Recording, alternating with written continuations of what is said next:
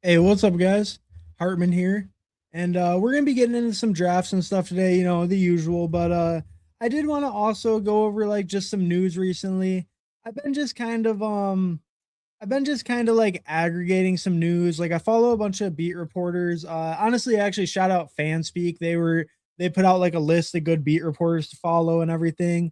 So I was, just I kind of aggregated that into into my Grok, into the AI, and just kind of had it like go through all the different posts for the day that it had all that stuff. So figured we just kind of start out the stream, look at some of the latest info, stuff like that, anything that's important. And then we'll get into some drafts, all that like normal. But let's start out. Let's get just kind of check out some of the recent news. Obviously, the biggest news for today was the Luther Burden stuff. Last couple days. Groin injury, expected to miss the entire preseason, about a month. Should be good for week one. I think to me he should fall a little because the risk will be increased somewhat. But when you're looking at a lot of like what the a lot of the like medical experts are saying, or the Twitter experts as far as that goes, a lot of them do seem to think that the groin injury has a fairly low re-injury risk as long as they keep him out of any like preseason work, any games in the preseason, any like heavy usage in the preseason. As long as they kind of play it safe with Burden, it sounds like the re-injury risk will be fairly low. Sounds like he should be good to go week one. So I would maybe let him fall a little, but I don't think it hurts his stock too much as long as he doesn't suffer any setbacks, anything like that. So I'm not overly concerned about Luther Burden, but it is definitely something to monitor. Definitely something as we get closer, we'll want to make sure that he's still on that timeline to be ready for week one. Um, Obviously, the Chargers, the running back committee, as you can see, it says Mike McDaniel said, "Bad news, fantasy owners. Good news, I see all three of those guys producing at a very high level. Bad news is I can't tell you which games those are."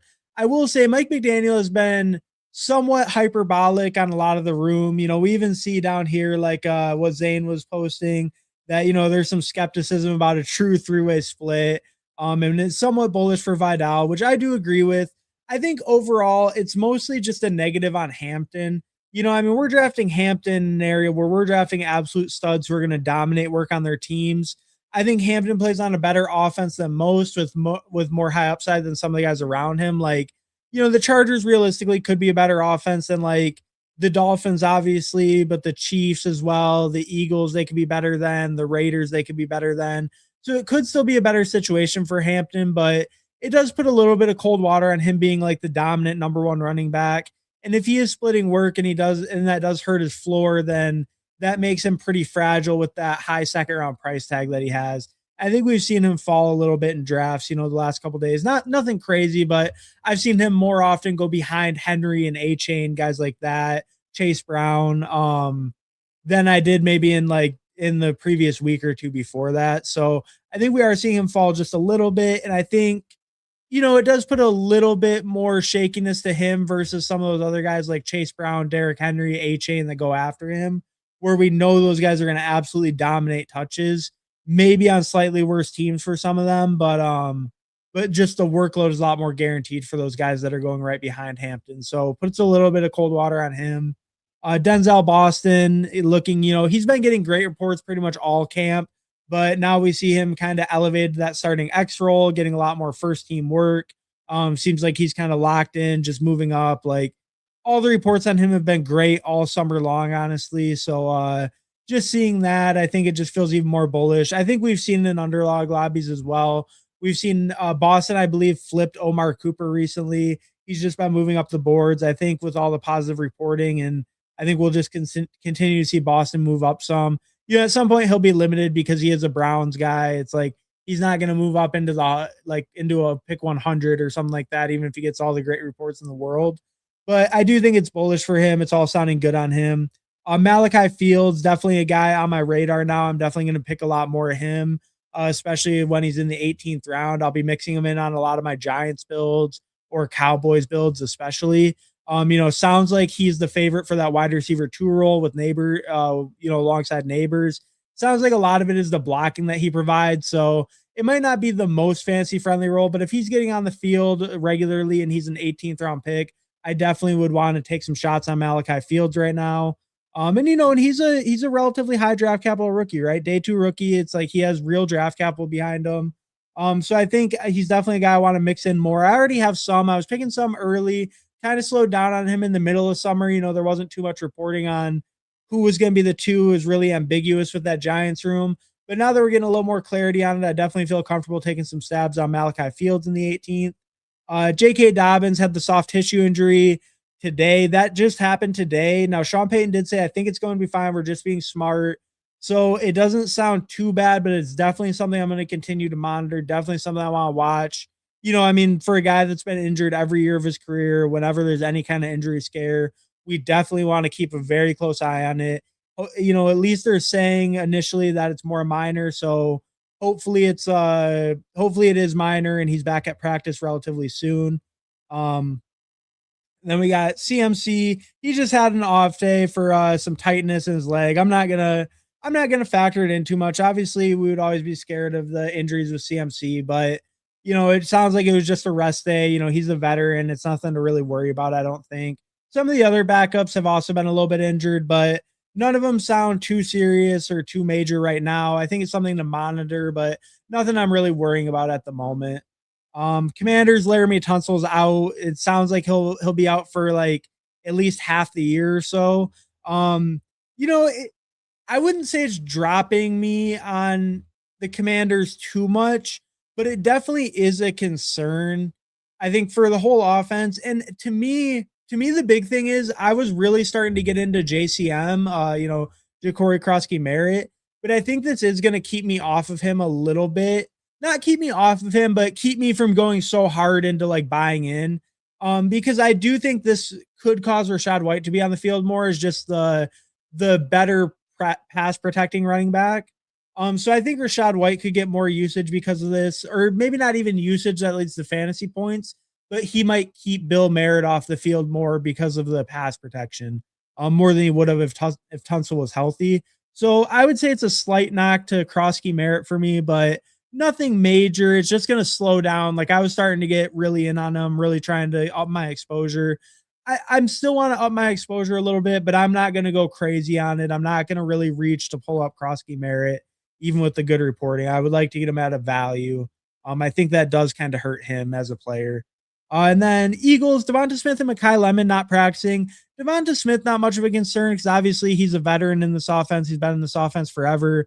I'm not really worried about it. Mekhi Lemon, it does concern me some because not Devonta Smith, um, not Devontae Smith, the Packers guy. I Dontavian Wicks. Sorry, I had a total brain fart.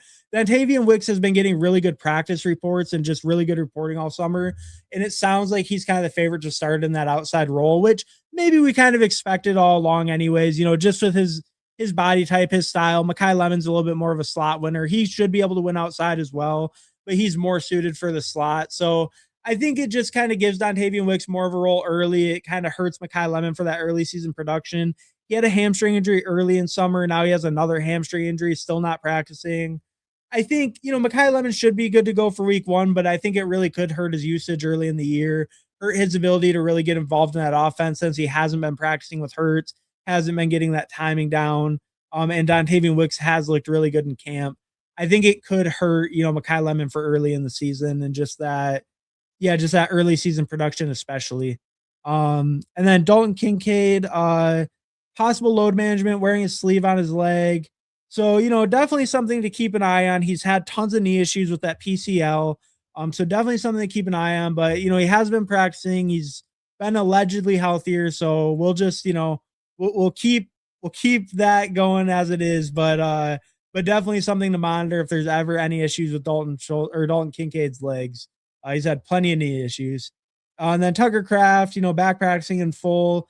It's all sounding good for him to be back week one, fully healthy. So sounding good for Tucker Kraft. Nothing else really. This is just kind of the overall like view of what we just were kind of looking at. So yeah, I think that's pretty much it for the news today, but just figured I'd go over that quick and just kind of give us a quick overview of it. I think I'll start the streams with that maybe more often because I just have it basically automated to go through all those like different like team reporters and then like Zane Donani. Obviously follow Zane Donani if you don't know. He's like posting every single every single thing that's like relevant from almost any camp. So a lot of that's also coming from his Twitter. So definitely check him out if you don't know about him. He's putting out tons of good info. But I just kind of been like aggregating it and stuff. And I figured, something to look at for just the biggest impact stuff at the beginning of stream, since I am running it like it's just a daily like automation deal I got going. Um, but all right, all right. So with all that, let's say what's up to the chat quick, and then we'll hop into some drafts. We'll probably just do. I think we'll rip the puppies today mostly. I just want to get in a couple of the puppies, and then yeah, we'll just probably rip a couple of those today. But what's up, Fantasy Football Garage? GM. Are we just coping? Is Burden dead? I don't think so. I think it sounds like he's good for week 1. So I'm not too worried about it. I do hope that he drops some. It would be nice to get Burden more into that 5th round range, but I don't know how likely it is. People are pretty hyped on Burden. They don't like to let their boy drop. So I'm not sure. I'm not sure if we'll get the cheaper Burden, but I hope we do. What's good, Harbin? Smashing I like. Hey, what's up, Game Tight? Thanks for stopping by, bro. Appreciate it. Appreciate it. Oh, and obviously check out the Fantasy Football Garage if you don't know. My dog. Obviously, you guys all know. All-Star 8-8. Who to look for? 111 and 202. I would say at the 111, my favorite pick personally would be Ashton Genty if he's available. If he's not available, I think I would lean towards Justin Jefferson, Amon-Ra if they're available. I would say let's actually real quick before we get into a draft, we'll just go to the rankings page. So this would be my rankings of the top 15 picks, which should get you to the 202. So I would go Gibbs, then Bijan, then Chase, then Puka. Then I would be, if it was me personally, this is my personal rankings, I would actually be Jonathan Taylor, then CMC, then Amon-Ra, then JSN, then Justin Jefferson. No, not Justin Jefferson. I'd be Ashton Genty, then Justin Jefferson, then James Cook, CeeDee Lamb, Saquon, Kenneth Walker, Derrick Henry. Hampton's been getting some negative reports. I kind of want to say Hampton. This should be past your pick anyway at the 202, but I would probably go. I'd probably have to go Chase Brown, then Hampton with the Bears reporting lately on Hampton. I'd probably lean Chase Brown because they both playing great offenses, but Chase Brown kind of dominates touches. Obviously, Samaje takes a little of that receiving work, but realistically, he dominates touches more than Hampton. And then A-Chain would be after that. And then I actually would probably have A.J. Brown maybe over. If I was just doing it for redraft, one set of rankings, I probably would have it like this. So I would be Jameer, Bijan, Jamar Chase, Puka, Jonathan Taylor, CMC, Amon-Ra, JSN, Ashton Genty, Justin Jefferson, James Cook, CeeDee Lamb, Saquon Barkley, Kenneth Walker, Derrick Henry, A.J. Brown, Chase Brown, Omarion Hampton, Devon Achane, in that order. This is the order I would rank them personally if I was doing a redraft league for myself. And this is a half PPR site, so this is based on half PPR. It wouldn't change much in full PPR, to be honest. Yeah, it wouldn't really change. Maybe I'd put like CMC over JT in full PPR. Not too much different. Maybe Lamb moves up a spot. Maybe Jefferson moves up a spot. Not sure about that because Genty will catch a lot of passes, so he's probably still over Jefferson even in PPR. But yeah, so that would be my rankings for the top 19. So that should, that kind of shows it because it's hard to say who will be there exactly, but that kind of shows like where I'm at kind of on those guys. Fantasy Football Garage, I'm still in, but I'm expecting him not to play 17, whether it's a start or re-aggravation at some point. See, I will say like a lot of the Twitter doctor guys or the guys with PT after their name on Twitter, they've been saying that the re-injury risk on these is actually really low, like less than 5%. So I'm a little interested to research it more because I did just, kind of look at it here and there on like Twitter and stuff today, but it sounds like the re-injury risk with this is relatively low if they're giving him the full month to recover. At least that's what I was seeing like initially, but definitely something I want to look into more before I'm like super confident in it or anything. But it sounds like the re-injury risk is somewhat lower. I did see like I think it was Crane, like Legendary Upside.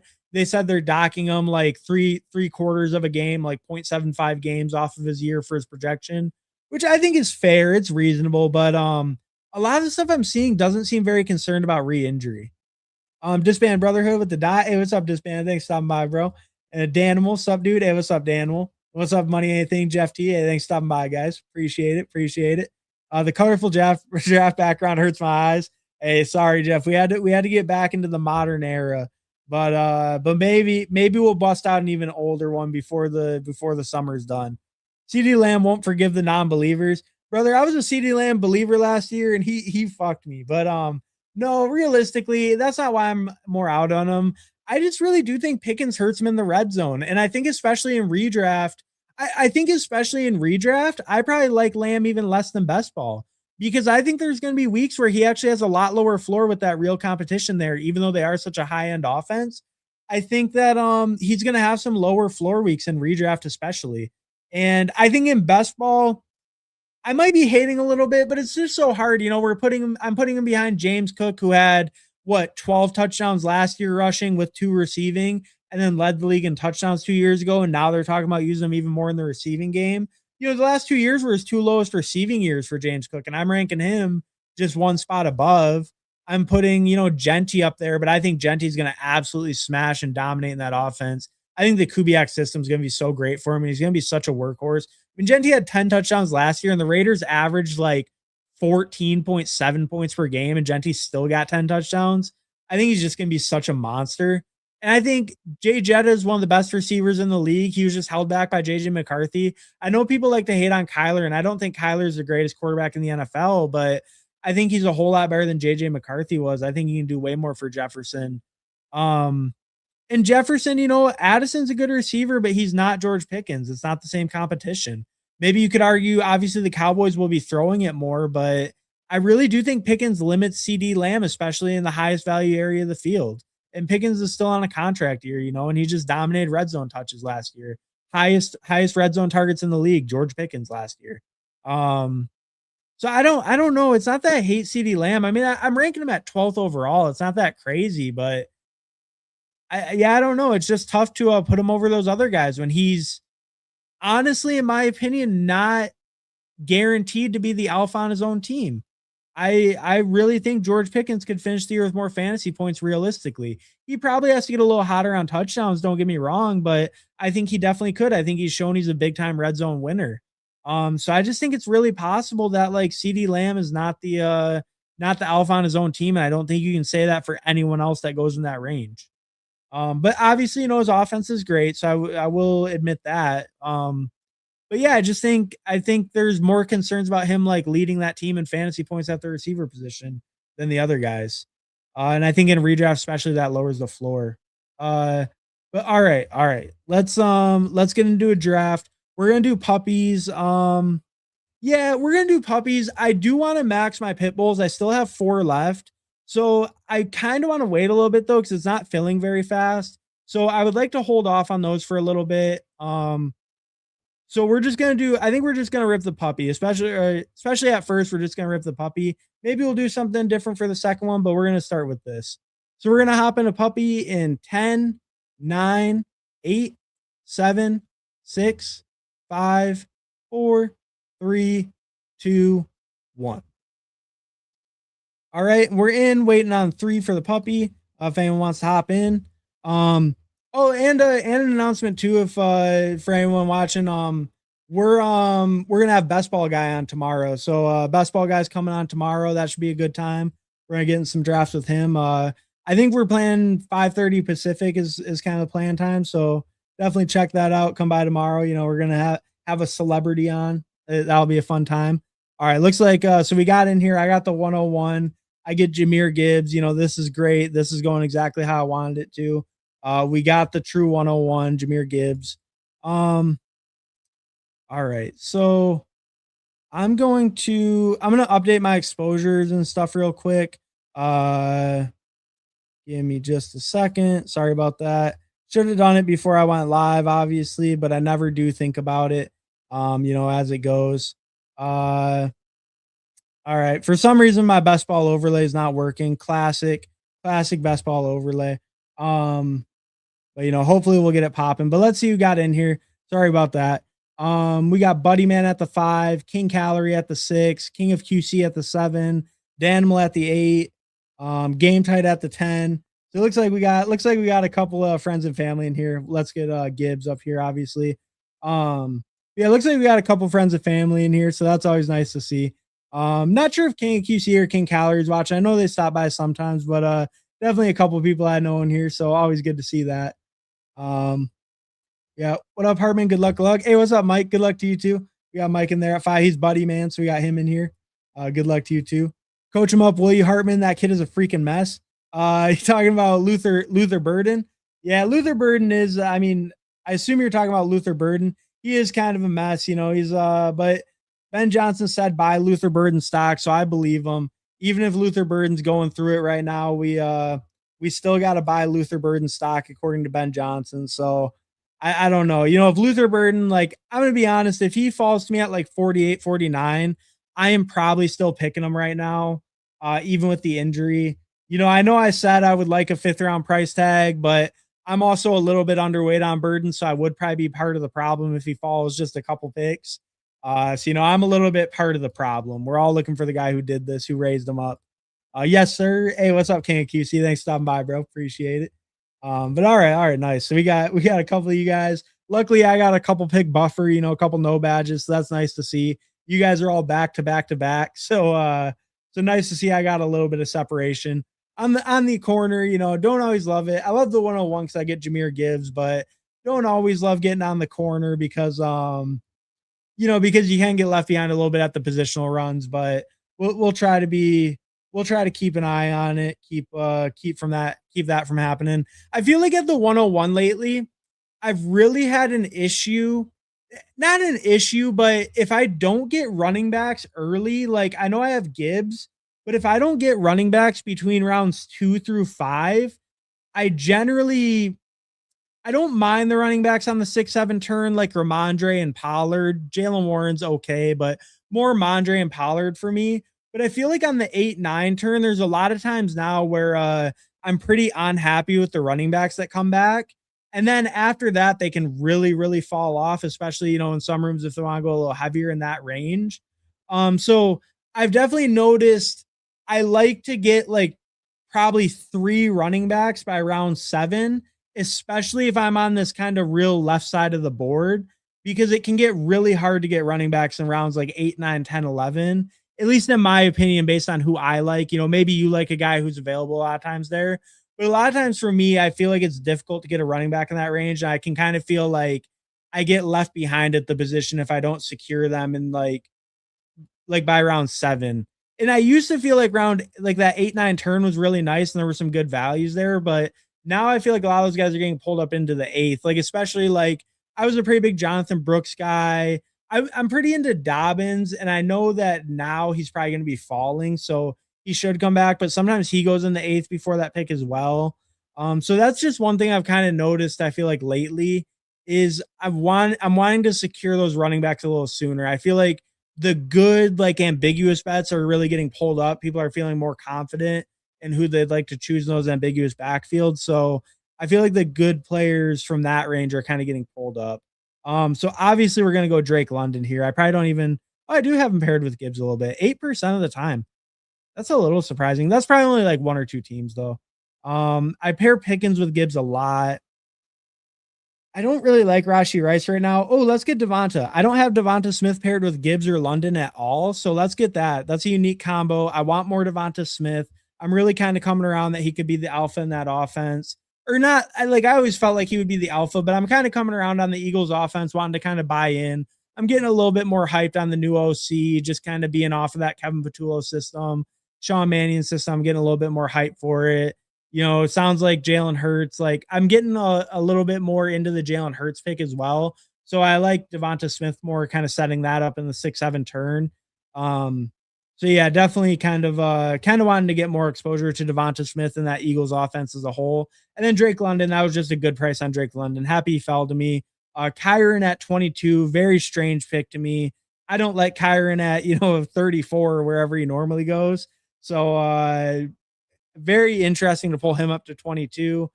Gave me a little bit of value though, so love to see it. Obviously, Neighbors going earlier. That's also pushing London back.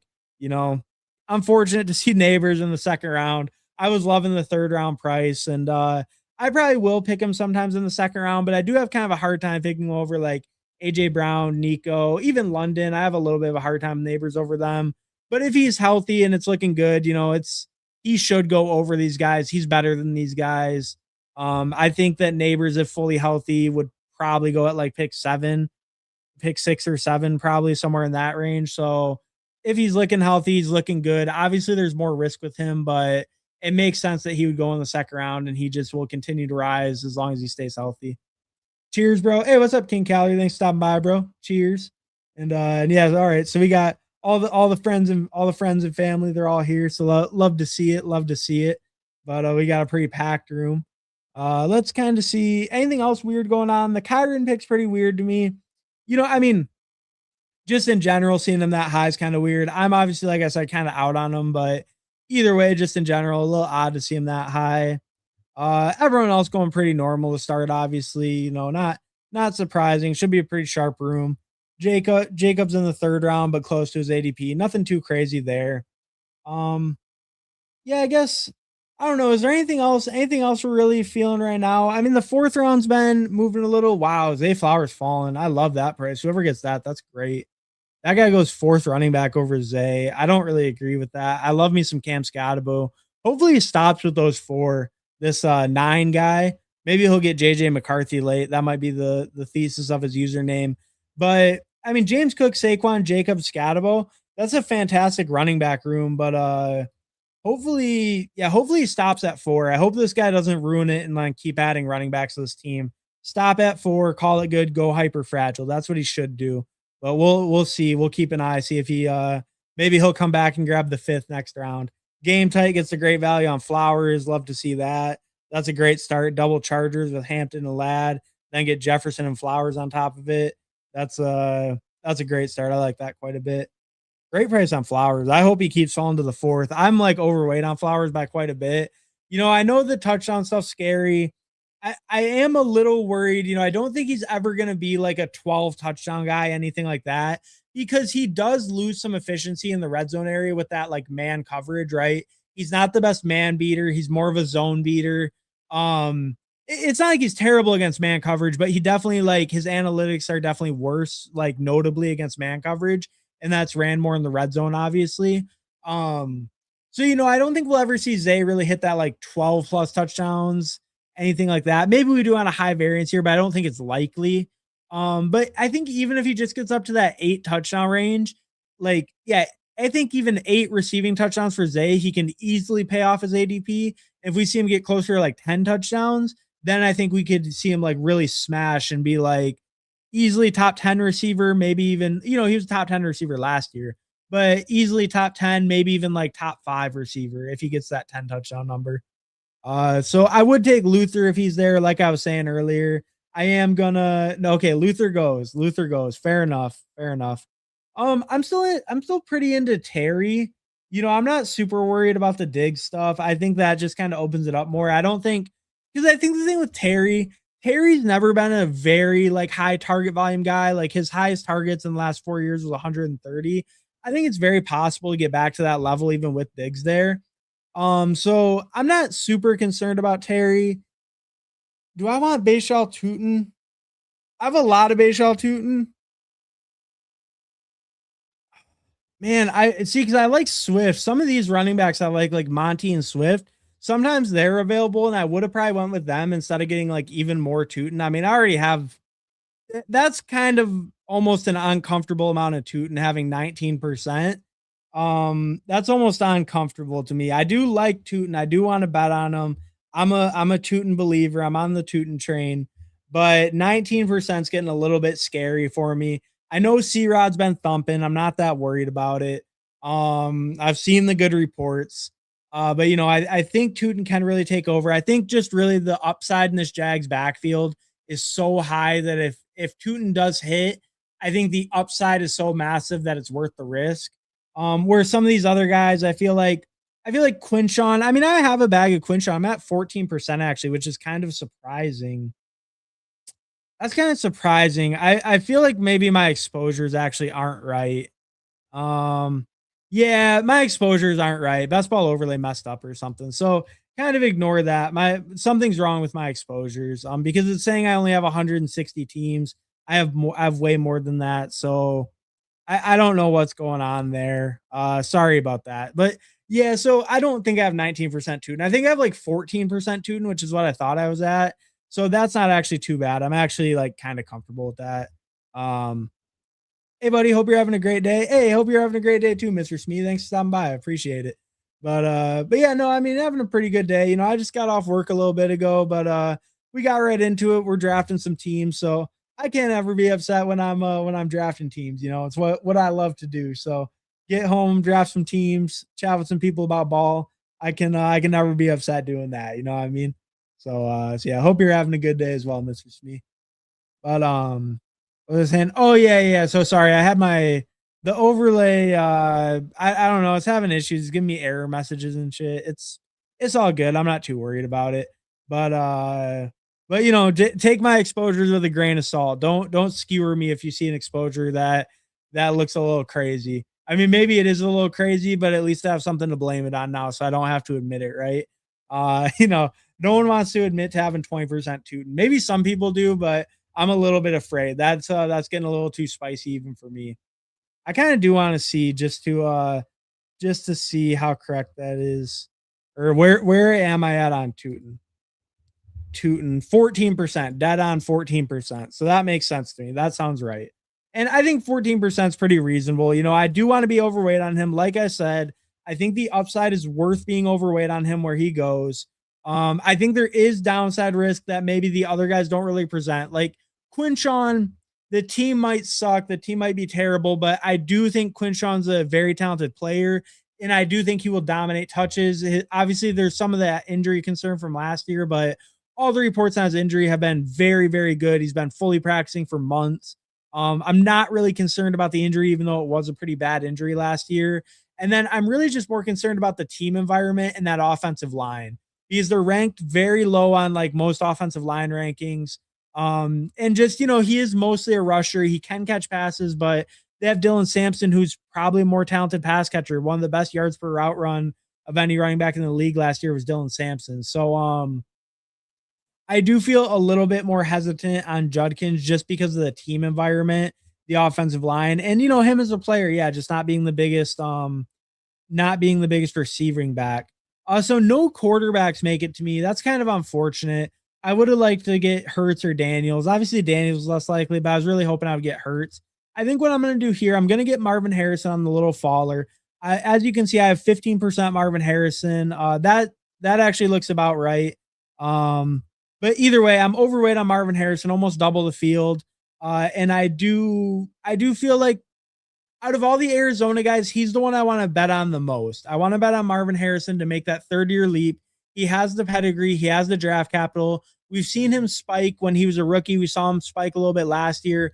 We saw when he got it back on the field from that injury, Michael Wilson's targets absolutely cratered. Obviously, there's a new OC, there's a new system this year. So that could change a little bit. Michael Wilson might be put in a little bit more advantageous role. They have talked about that a little bit, or Michael Wilson's talked about that a little bit, definitely. But I just do want to really bet on Marvin Harrison to make that third year leap. And you know, I think too, like how bad he's been has been a little bit overstated.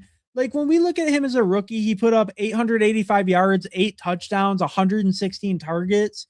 And then last year, obviously, he dealt with injuries. So, you know, it's not as clear because he was even once he came back from the injuries, he was in and out. He was like under 50% snap share for some of those games. Then he missed the next week, came back the next week, played limited. So last year was a little bit of a wash, but you know, obviously it's not like it was a great season for him. But as a rookie, you know, 885 and 8 touchdowns, it was very disappointing for how high he got drafted in best ball and how good Malik Neighbors was coming out of the same class and getting drafted after him. You know, so it's very disappointing, like contextually. But really, when we just look at it as a rookie year, it's not that bad. He showed he can be a red zone winner. He's a big body guy, and he did show the ability to spike in like a single week multiple times. So I really do feel comfortable making the bet on him as late as he goes to have that third year breakout when he's just a, you know, a huge producer in college, a monster in college, super high draft capital, dealt with some injuries last year, had a decent rookie year, in my opinion. It was just he was so overrated, right? He went at the 1-2 turn. So he did hugely disappoint, but he was a 1-2 turn pick and then he was a third round pick and now he's on the 6-7 turn. I think I just feel like that's a guy I really want to bet on, especially in that range. I'm really wanting to take shots on Marvin Harrison. I don't even like betting on the Cardinals. You know, we can look at my Cardinals expo. Actually, let's go back to the exposure page really quick. Uh I kind of like showing this. I think it just gives a good picture of it though. But so I'm at 16% Marvin Harrison, 14% Algier because he goes so cheap. And I do think he will split some time. I also think, the contingent upside is decent, but Algier's been a good goal line back, stuff like that. They might not really want to pound Jeremiah Love at the goal line. So I've been picking quite a bit of Algier. It's kind of that change of pace guy. And as late as he goes, I like him as like a fifth running back on builds. I think he goes in a good range for that. And he's been pretty good on the goal line. 8 touchdowns last year, playing with Bijan Robinson, obviously. And not on a great team either in the Falcons, right? Jeremiah Love, I'm only at 4%. Jacoby, I'm at a little under 4%. I wouldn't mind getting a little bit more Jacoby, but I do think there's a good chance he gets benched because they will be a losing team, and they might want to see what they have in the young guy later in the year.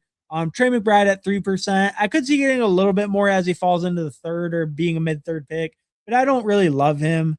James Conner, 1.7%, but that's more on the hope that he gets traded, honestly, or cut and then signed somewhere else. I'm hoping, the Lions, Isaiah Pacheco just got hurt. Hopefully the Lions bring in Najee Harris for James Conner. I'd be happy about that as a Lions fan. And then Michael Wilson, only 1%. I'm not much of a fan of Michael Wilson. I will say the reports lately have sounded a little bit better for him. So maybe I should be a little bit open to some more Michael Wilson, but I'm just not really a Michael Wilson guy. Like I said, I'm a big Marvin Harrison guy. So that's the guy I'm really betting on in that offense. I really like his price. I think it's a good range to bet on the breakout for Marvin Harrison. Okay, let's see. What do I want to do here? So since I didn't really get any quarterbacks that I liked, I think Adam Mancy or whatever, I think he just made the biggest mistake of his life by taking Sam Laporta over Jackson Dart if he wanted him, because I'm taking Jackson Dart on stacked. I love Jackson Dart. The rushing upside's huge. Neighbors is the only Giants receiver that goes before him. Obviously, I can take some shots on some later guys. Let's get Michael. No, I don't want to double it up. Or Pittman. Pittman's been falling a little with the injury. I feel like Pittman's the right move. I do like Dobbins, but the soft tissue injury lately is worrying me a little. Pittman did have a little injury concern, but it was just like trainers were looking at him. It wasn't like he didn't like go down on a big, hit or something like that. It was just trainers were looking at him the other day. So maybe something to kind of monitor, but not something I'm super worried about. I do like Pittman's price a ton. So happy to grab him there. And then, like I was saying with Dart, kind of my good quarterback options got taken as far as like Jaden or Jalen Hurts. So my only other real options are like Tua with Drake London, which I am open to late, or Brissett with Harrison, which I'm a little less open to, but it would be okay, especially really late. But just with having less outs to quarterbacks or all my quarterback outs being very late, even Aaron Rodgers goes very late. I do like getting a earlier quarterback with big rushing upside on stacked. I don't mind doing that and just kind of just getting like a high upside piece in that quarterback room. And then I can kind of push it and maybe just get stacked pieces later. But we'll kind of see how it goes, see what I build out the rest of the way. Pre-Bunk, you do a great job, Hartman. You make solo streaming look easy. Hey, I appreciate it, Pre-Bunk Malformant. Appreciate it. Yeah, it definitely helps. People are in the chat, people are chatting, giving me something to talk about. But you know what? I think right now it does feel not too bad to solo stream because there is a lot of news, there's a lot of stuff shifting. So it's not too bad. Sometimes you do feel like you're kind of trying to figure out what to say next, but I'm glad you think I make it look easy. I appreciate the compliment. Appreciate it. Dart 10, yo. Hey, what's up, Dart? Thanks for stopping by, bro. Appreciate it. What's your team looking like? Oh, yeah, I guess I should review the team. Good call, Dart. Good call. I'm kind of bad about reviewing it for the audio listeners, so good call out there. So right now we have a 1-3-5-0. We're in a puppy draft right now. We have a 1-3-5-0. We have Jackson Dart, Jahmyr Gibbs, Bayshal Tootin, Tony Pollard. At receiver, we got Drake London, Devonta Smith, Terry McLaurin, Marvin Harrison, Michael Pittman. So feeling pretty good with it. I feel pretty balanced overall. I don't feel super weak at any of the positions. I feel like I've got decent capital at all of them. So I can kind of play the board. I can be pretty open when it comes back to me. I'm not really forced to go in any certain way at this turn. I can kind of do whatever the best values that fall to me are. The man go. Hey, what's up, comment? Thanks for stopping by, bro. Appreciate it. Appreciate the kind words. Jackson Dart pops off for fantasy when healthy. I totally agree, Mr. Smee. Jackson Dart is one of my favorite quarterbacks to draft. I think it showed I had like 14, 15% of them. But I think let's actually look real quick at Jackson Dart's scoring. Probably sleeper would just be the easiest. But he just really has an ultra high floor, and the rushing also gives him that ceiling, but his rushing upside really gives him that high floor. He's so consistent. Let's go. Sorry, I'm just pulling it up.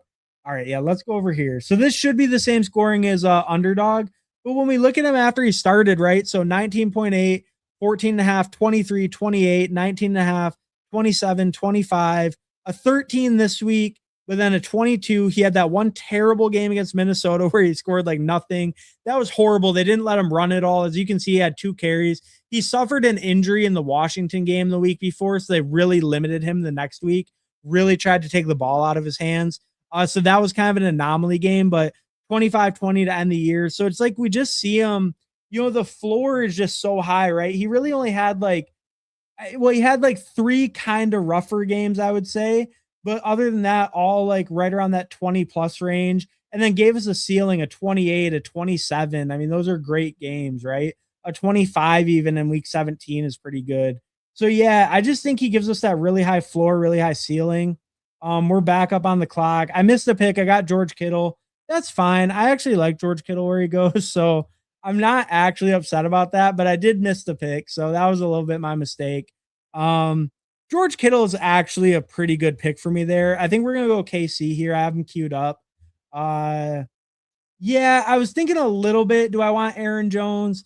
Aaron Jones has been getting more negative reporting than good. It's been more on like Jordan Mason's favor, more that Jordan Mason's kind of taking the lead carry role. He's taking more of the job.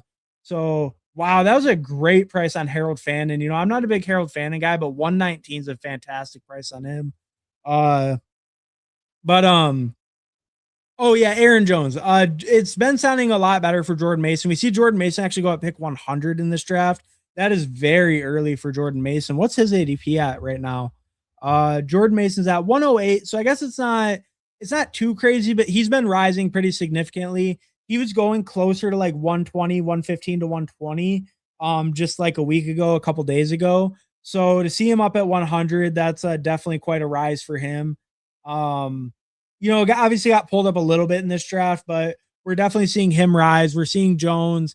Jones is kind of holding. He fell a little bit. He was closer to that like 110 range. Now he's closer to 120, but we've seen him fall a bit, but it's mostly because Jordan Mason's getting the good reporting. I think I still feel like Aaron Jones is a decent pick where he goes because he will get some work. He will get most of the passing game work. Obviously, Jordan Mason is just not a talented pass catcher. It is what it is. I mean, he just hasn't been a pass catcher any of his years in the league. We can look at his catching stats real quick. He peaked last year with 14 catches, but only got 51 yards on it. So he's really just not used in any way other than a quick dump off here and there. Just really not a talented pass catcher, but a very, very talented and explosive rusher. 159 carries, 758 yards. Very efficient on a terrible offense last year. I believe he had like 4.6 yards, true yards per carry. I believe he was second in the NFL in true yards per carry on a terrible offense and still got 6 rushing touchdowns. So I think we could very easily see Jordan Mason get to double-digit rushing touchdowns. I think it makes sense that he's rising. But Jones, Jones still feels like a good bet if you want to bet on the Vikings as well. Like I like to bet on the Vikings' entire offense to improve pretty significantly with Kyler Murray. So I still feel pretty comfortable betting on Aaron Jones here and there. But Jordan Mason definitely makes sense. He's rising. Definitely feels like the better bet right now.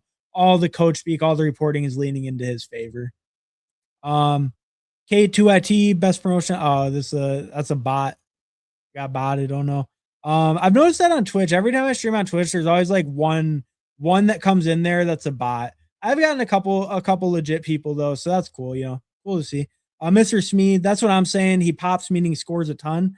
Oh yeah, Jackson Dart. Yeah, definitely. Yeah, no, I'm a huge fan of Jackson Dart. And we got to remember too, Jackson Dart never played with Neighbors last year. He did all that with Wan'Dale Robinson as number 1 receiver. And I mean, it's not like Wan'Dale Robinson's the worst or anything like that. Wan'Dale Robinson's fine, but I mean, he's nowhere near the level of Neighbors. And now they have like Malachi Fields, who's a little bit of an exciting rookie. They brought in some help even with like Darnell Mooney, stuff like that. I think that could be a nice piece that they didn't have last year, where they really just didn't have anyone behind Wan'Dale. Darius Slayton, even he was injured all last year. He had a core injury he was dealing with. So even him being healthy, I think the receiving core as a whole will just be better this year, especially if Neighbors is back on track, is starting week 1, is ready to go. So yeah, I think it feels really good for Dart. It feels like it's a better setup than last year, and he looked really good last year with pretty limited talent around him, to be honest. So yeah, I think it feels pretty good. All right, so I definitely want to get back in at quarterback here. Well, do I? Because I have 4 quarterback outs. They just all go late. So do I want to go Dart and then like try to get Rodgers and then try to get like an Arizona? Let's get someone queued. I'm gonna queue Algier. I do like Algier, and I might go for the Arizona thing, so I don't mind that. So we'll get some Algier here. That feels fine as my 4th running back. But we can kind of see the running backs really did dry up. It gets really, really dry here. So we'll get Algier. I like Daniel Jones's price a lot. I really like where Daniel Jones goes. I think he's a great price right now. I kind of like Chig. I wouldn't mind getting Chig. Do I want Daniel Jones or do I want to go for Stacks though? I feel like I should go for Stacks since I already have an on-stack quarterback. I think I'm going to let it give me Chig. I do like Travis Hunter quite a bit, but I already have 6 receivers. I think I should just get a second tight end, especially having Kittle where, the health is going to be a little bit more questionable. There's obviously going to be increased re-injury risk. I think I should get back in at tight end and get Chig there. I think that was the right move. I wanted to get back in at running back. I think Tajay would have also been in consideration. Pacheco needs to fall like 30 picks more probably. Pacheco is like barely draftable at this point to me. I mean, he was barely draftable before. I only have 2%.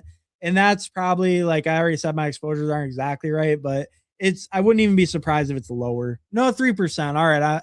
I have 3% Pacheco, which is 9 teams with them out of 286. I'm not a big fan of Pacheco. I'm a Detroit Lions fan too, for anyone who doesn't know. And I am just not in on Pacheco. I don't know. He was never too talented to begin with, to be honest. And then after all those big injuries and stuff, and then now he's dealing with an MCL sprain, which they said hopefully he's ready for week 1. And if he's already the backup, they've already been bringing in like other running backs for tryouts. If they bring in a James Conner, a Najee Harris, Pacheco basically goes to 0 in my opinion. So I think he's extremely fragile right now, especially being hurt. I think there's a good chance they bring in someone else that could easily supplant Pacheco as the RB2 in that team. And I just think in general, I've just never been the biggest believer in him as a talent. I mean, he's a late round pick. He was, he's always a more limited player. I think there was some upside, obviously, as like the backup there, just in such an efficient rushing offense. But I think with the injury, with the risk they bring in someone else, he's pretty much going to be off my board. He would have to fall very, very significantly. Like maybe like if Pacheco's there on the 16-17 turn, I would think about it, but I probably wouldn't even consider him before that. And even on that turn, I might pass on him, to be honest with you. Right now he still is in line to probably be the RB2 in a good situation. But I think with the injury he suffered, that's going to be a lot more shaky. They're going to be looking at other guys. They were doing tryouts for like 5 guys last week who were, albeit like lower tier guys. None of them were like super big names or anything. A couple of them were names you like might have heard before, but none of them were guys who really ever did much. But like Sion Vaki's also dealing with an injury on the Lions. So we're seeing them bring in some guys for workout stuff like that. There's definitely a chance they could do a trade, bring in someone more legit. And I think it's just really risky in that sense. Damn, King Calorie got a really great value on Cam Ward. 163 on Ward's great. Do you have them stacked up or you just take them? I mean, it's fine if you just took them on stacked at that point, to be honest. Yeah, you don't have any Titans, but that's fine. That's a great price on Cam Ward for your QB3, though. Really like that.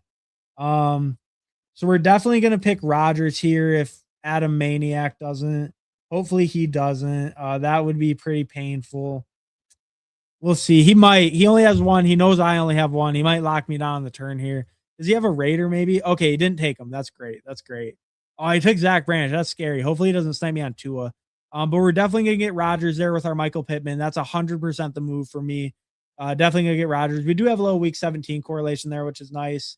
Um, do we want to buy the Jaden Blue stuff? I want to buy some Marshawn Lloyd right now. I think I would like to get some more Lloyd. None of these guys really stand out to me too much. I think it's Marshawn Lloyd here. I'm kind of interested in blue, but I've actually really somehow gotten my blue way up there in a short amount of time. I was not really drafting him early, and somehow I've gotten my blue way up there in this amount of time. So I'm already at 13%. You know, he's been rising. I don't need to go too overboard on Jaden Blue. Been there, done that. So 13% is a nice little bag. I would like to get some more Lloyd, especially. I think he will continue to rise the longer he stays healthy. Josh Jacobs, I don't really think there's much risk for the legal stuff on Jacobs, to be honest, at this point.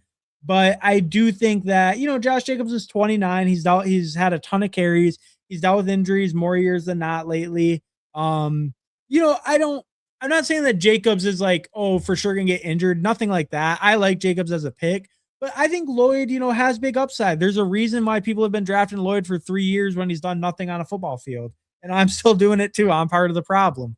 But Lloyd was very talented. He's a big body running back. He's just been injury prone all this time.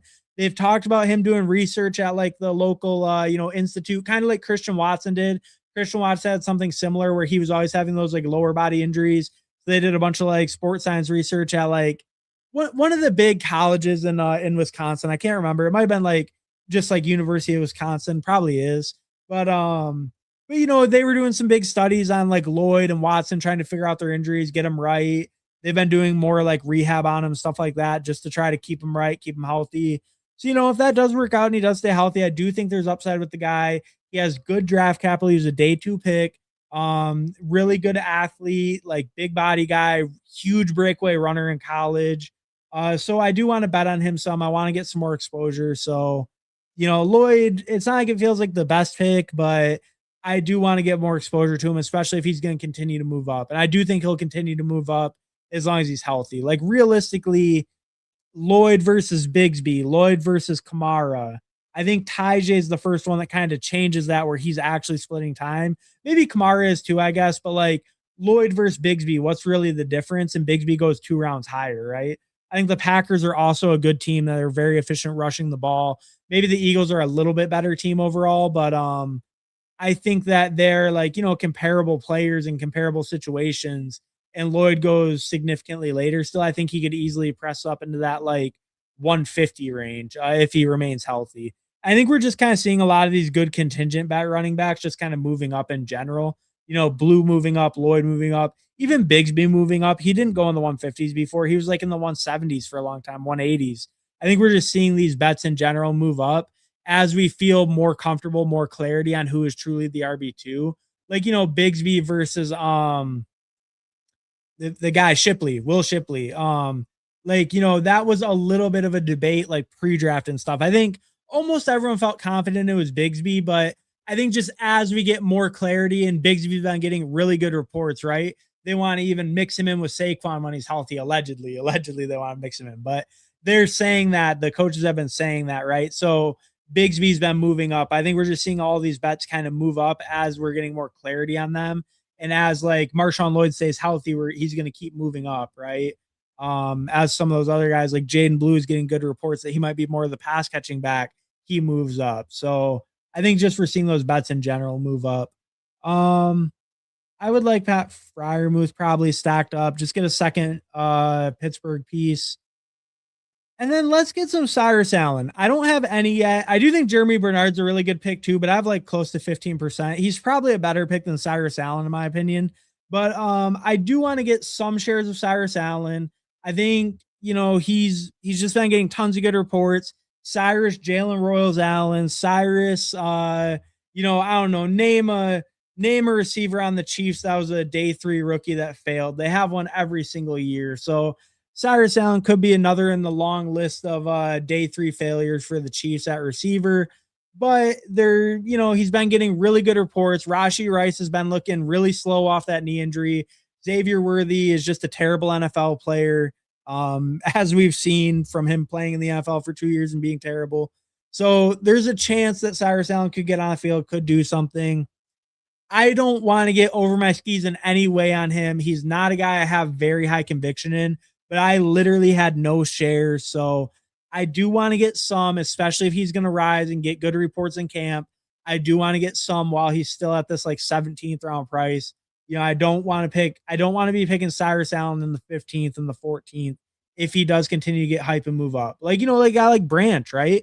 We see Branch early on, he was going 17th, 18th round. I got a bag of Branch, but now in the 14th, I think he's still actually a reasonable pick just because the other wide receivers on Atlanta are terrible. Like outside of Drake London, I mean, they got Jahan Dotson, who's never really been anything. He caught a bunch of touchdowns as a rookie and then hasn't done anything else in his career. And then they have Olamide Zaccheaus. Is Olamide the other one? I think Olamide Zaccheaus is the other receiver on Atlanta that kind of matters, but I mean, Olamide did keep Luther Burden off the field for a while, so maybe there is something for that. But Zach Branch has been getting very good reporting as well, so I'm definitely buying into him. But we see his price really going up. We see Jacoby Lane going in the 16th round, Wicks going in the 15th round. We see these hype guys kind of moving up. Antonio Williams in the 15th. That's a bad pick. You shouldn't do that.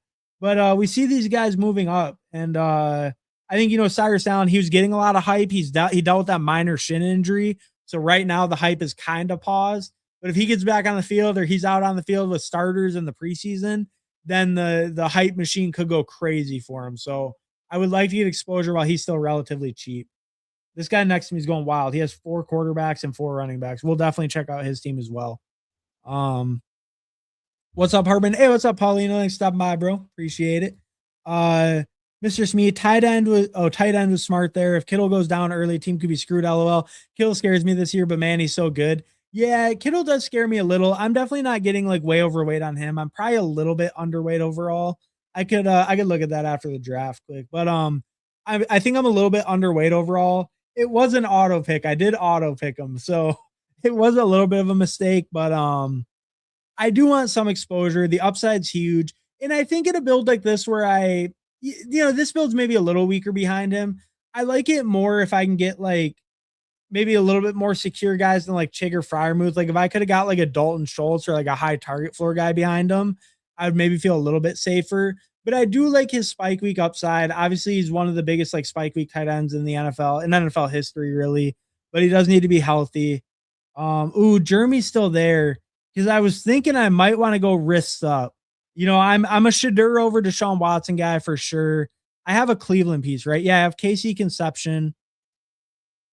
I do kind of like going wrists up for Shadur Sanders. I do kind of like the idea. Jeremy's a great pick. Jeremy should not go undrafted.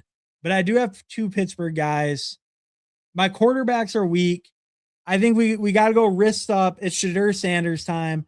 Don't unsubscribe, please. If you don't believe in picking Browns quarterbacks, please don't unsubscribe. I only had 2%, but I am Shadur over Watson if I am going to take a Browns piece.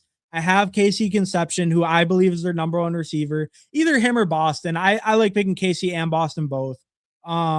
But I think those guys will lead them in routes, lead them in targets, receptions. I think Judy is kind of washed at this point, to be honest. Normally I would be interested in I would have looked at Jeremy. Looks like Malachi Fields went. I've been picking some more Caleb Douglas. Shout out Centex. I've been picking more Caleb Douglas. But yeah, mainly those 2 I would have looked at. But Shadur, I think makes sense on this build. My quarterback room was very weak. I got kind of left behind at quarterback in this one. Would have really liked if I could have got that Jalen Hurts or Jaden Daniels earlier, but couldn't get that. I think this quarterback room still ends up okay, but it's definitely on the weaker end. Really happy I did decide to take Dart on stack because if I would have pushed it harder, this room kind of had me in pain at quarterback. I mean, when we look at it, what options did I really ever get, right? I could have taken Shuck on stacked over KC Conception. That would have been okay, but he's the same bye week as Dart, and it also would have been on stacked. And then when it came back to me, I could have taken Darnold, Jones, or Ward instead of Chig. Maybe that would have been the move to take Darnold, Jones, or Ward on stacked over Chig Okonkwo. That would have made me more happy with the quarterback room for sure. And I was really considering Daniel Jones. I decided not to because he was on stacked. and I was kind of hoping to get Tua back. This guy decided to go 4 quarterbacks. You know, it would have been really nice to get Tua back, and I kind of knew it when he took Branch too, right? I think when he took Branch, I even might have said something like he might have took Tua from me, and he did. He knew that I was going to probably take Tua right there because I noticed he had a Branch, and yeah, he knew I was going to take Tua probably on that turn because that was kind of my plan with London was to take Tua, and didn't work out. But we got Shadur. You know, we take a young guy, upside swing. I do think he starts more games than Deshaun, legitimately.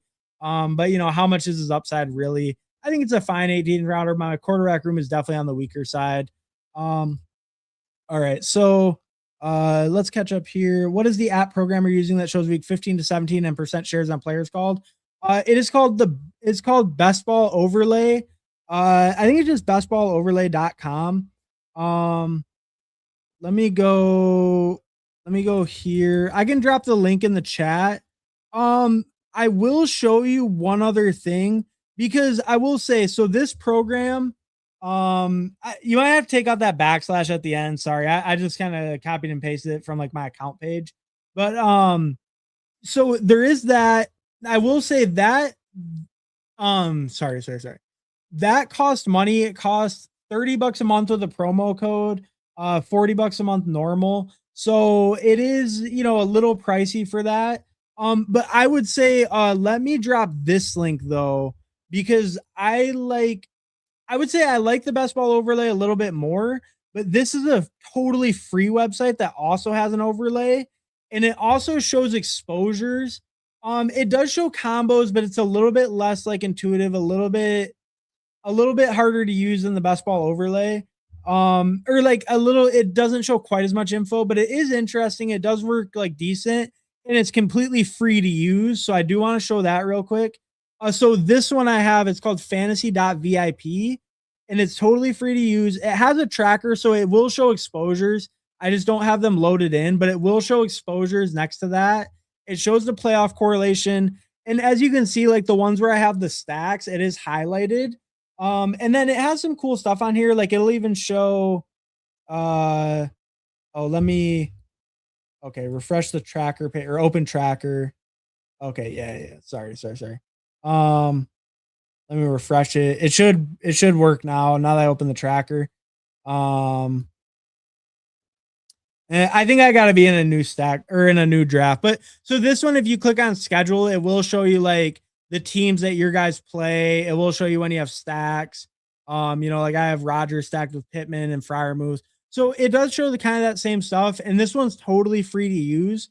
So if you've never used an overlay or anything, like I would recommend trying this one out. And it does show exposures as well. Like I said, I just don't have mine loaded in. But this one's pretty cool as well. I like the Best Ball Overlay. This is really cool how you can like scroll over it and it shows your combos with all the guys on your team. Like it shows a lot more info and it's a lot more kind of ready to use like right there. But you know, it does cost like 30, $40 a month. So if it's worth it for you, then I think it definitely like, I definitely like it. I pay for it. I think it's worth it for me personally, but there are other good options out there, you know, and I do want to like just be transparent with that, even if it's not the main one I use. And this site's cool too, the fantasy.vip. Like this is my like whole portfolio on here, and I can look at like different drafts, like how much oh, this one I have 259 ADP value. This is a big board. This is pre-draft, so that's why it's so crazy. But like I can see my best like ADP value, my best like draft capital value teams. I can see like what players I have, how like what's my average pick, min pick, max pick, percentage I stacked them. So tons of cool info on here. And this is all totally like free to use, available for anyone. You don't even need to make an account. You just like go on the website, upload your portfolio. You can see like what NFL teams you're betting on the most, timeline, like your live CLV value, when you drafted, like how much CLV is on those teams. Tons of cool info on here, more than like I can even show, right? But definitely a cool site, cool stuff over here. Like I would definitely check it out. But all right. We'll go back over here. I'm gonna hide this one again. Blah blah blah. Where do I manage extension? Turn it off. All right. Sorry about that. So, all right, what we'll do now, we're gonna check out the teams. We'll check out obviously my team and all the friends and family teams. And then I think we'll hop into probably just another puppy. Yeah, probably just another puppy. I think I want to do that. Because like I said, I want to save my pit bulls a little bit, and I'd rather just rip some puppies. I'm gonna do a BBM tomorrow, obviously with like best ball guy on stuff like that. So I think we'll just keep it with puppies tonight. So I did a 3-5-7-3, Jackson Dart, Rogers, Shadur. Obviously a weaker quarterback room. I think it's viable, but it's definitely going to be on the lighter side with those three. Um, but I really am happy I took Dart on stacked. I think that was the right call. I think that really helps the room, gives me that upside I desperately need with the rest of this room. Then I went Jahmyr Gibbs, Bashal Tootin, Tony Pollard, Tyler Algier, Marshawn Lloyd. I think that's a reasonable running back room. You know, got my hero up top. Bashal Tootin, kind of my high upside swing. Hopefully he's a starter. Hopefully he hits. If he does hit, then I think the running back room's feeling pretty good. Pollard, just very consistent starter. Maybe not as much upside, but should be consistent. Should be getting high weekly touches or good weekly touches. Algier, hopefully splitting some time, getting some high value goal line work. And you know, and just kind of more the change of pace guy. Hopefully he hits my lineup here and there, but just on the field, getting some touches. When he scores, he could help out my lineup. So I like that. Marshawn Lloyd, just a high upside backup, in my opinion. You know, hopefully he can stay healthy. Just praying he stays healthy, at least through camp, you know, maybe even through an actual game too. That'd be crazy. But he might just do it this year. And then at receiver, we got Drake London, Devonta Smith, Terry McLaurin, Marvin Harrison, Michael Pittman, Casey Conception, and Cyrus Allen, George Kittle, Chig, Pat Fryermuth. Tight end's fine. I think that's a decent tight end room overall. I like it. I think it has good upside. Maybe the floor is a little risky on it, but I think the upside's really nice on it, so that feels good. Receiver feels really strong, actually. Really like this receiver room. You know, 5 by Pittman always feels good to me pretty much. Casey is my 6th, just a really high upside first round rookie receiver. That feels good. And then just the huge dart on Cyrus at the end. I think that feels pretty good too. So receiver feels really strong. Tight end feels good. Good upside with it. Running back feels fine. You know, just need my 3 top guys stay healthy. Need Tootin to kind of hit in that spot. And then quarterback feels a little bit weaker than I would like. But if Dart stays healthy all year, I think that can be pretty good too. Like, you know, he has a high floor, has a good ceiling. So if Dart stays healthy, then I think quarterback feels fine. All right, and then let's look at. I want to look at this guy's team real quick. I don't think he's watched or anything. I've never seen him before, but Adam Maniac, he took 4 quarterbacks: Caleb, Fernando, Tua, Beck. So he did wait till late to get the other 3. Bijan, Javante, C-Rod, Jonah, Emmett Johnson. Kind of a weaker running back room. Double anchor, pulled up Javante. I hate that. I hate pulling up Javante. I really don't like that. Malik Neighbors, Luther Burden, JMO, got that game stack. That's nice. And he got Caleb too. QJ, Michael Wilson, Jalen Naylor, Zach Branch. He did stack up a lot of his quarterbacks. Laporta Fannon's pretty good. Huge value on Fannon. Love that for him. It's actually not too terrible of a team. The running backs are just really, really light on this team. Like if Javante and Bijan, if either one of them let him down at all, then his running back room's kind of cooked. So I don't love it. It's okay though. It's actually okay. I was interested by the 4 quarterbacks, but he actually probably kind of played that right. He waited so long to get Fernando, then he goes 2 and back paired up. I actually don't mind that. All right, but let's look at the actual friends and family teams. Let's start with game type. Yeah, don't know these. Let's start with game type. 2-7-7-2, Lamar and Herbert, totally good 2 QB room. That's strong like that. Definitely can stop at 2 with it. Omarion, Ja'Cory, Woody, Alvin Kamara, Brian Robinson, Nick Singleton, Jalen Wright. I think it's okay. You know, you did get a ton of volume. You got like at least 4 guys who should be on the field some, at least these 3 for sure, but you know, maybe B-Rob as well.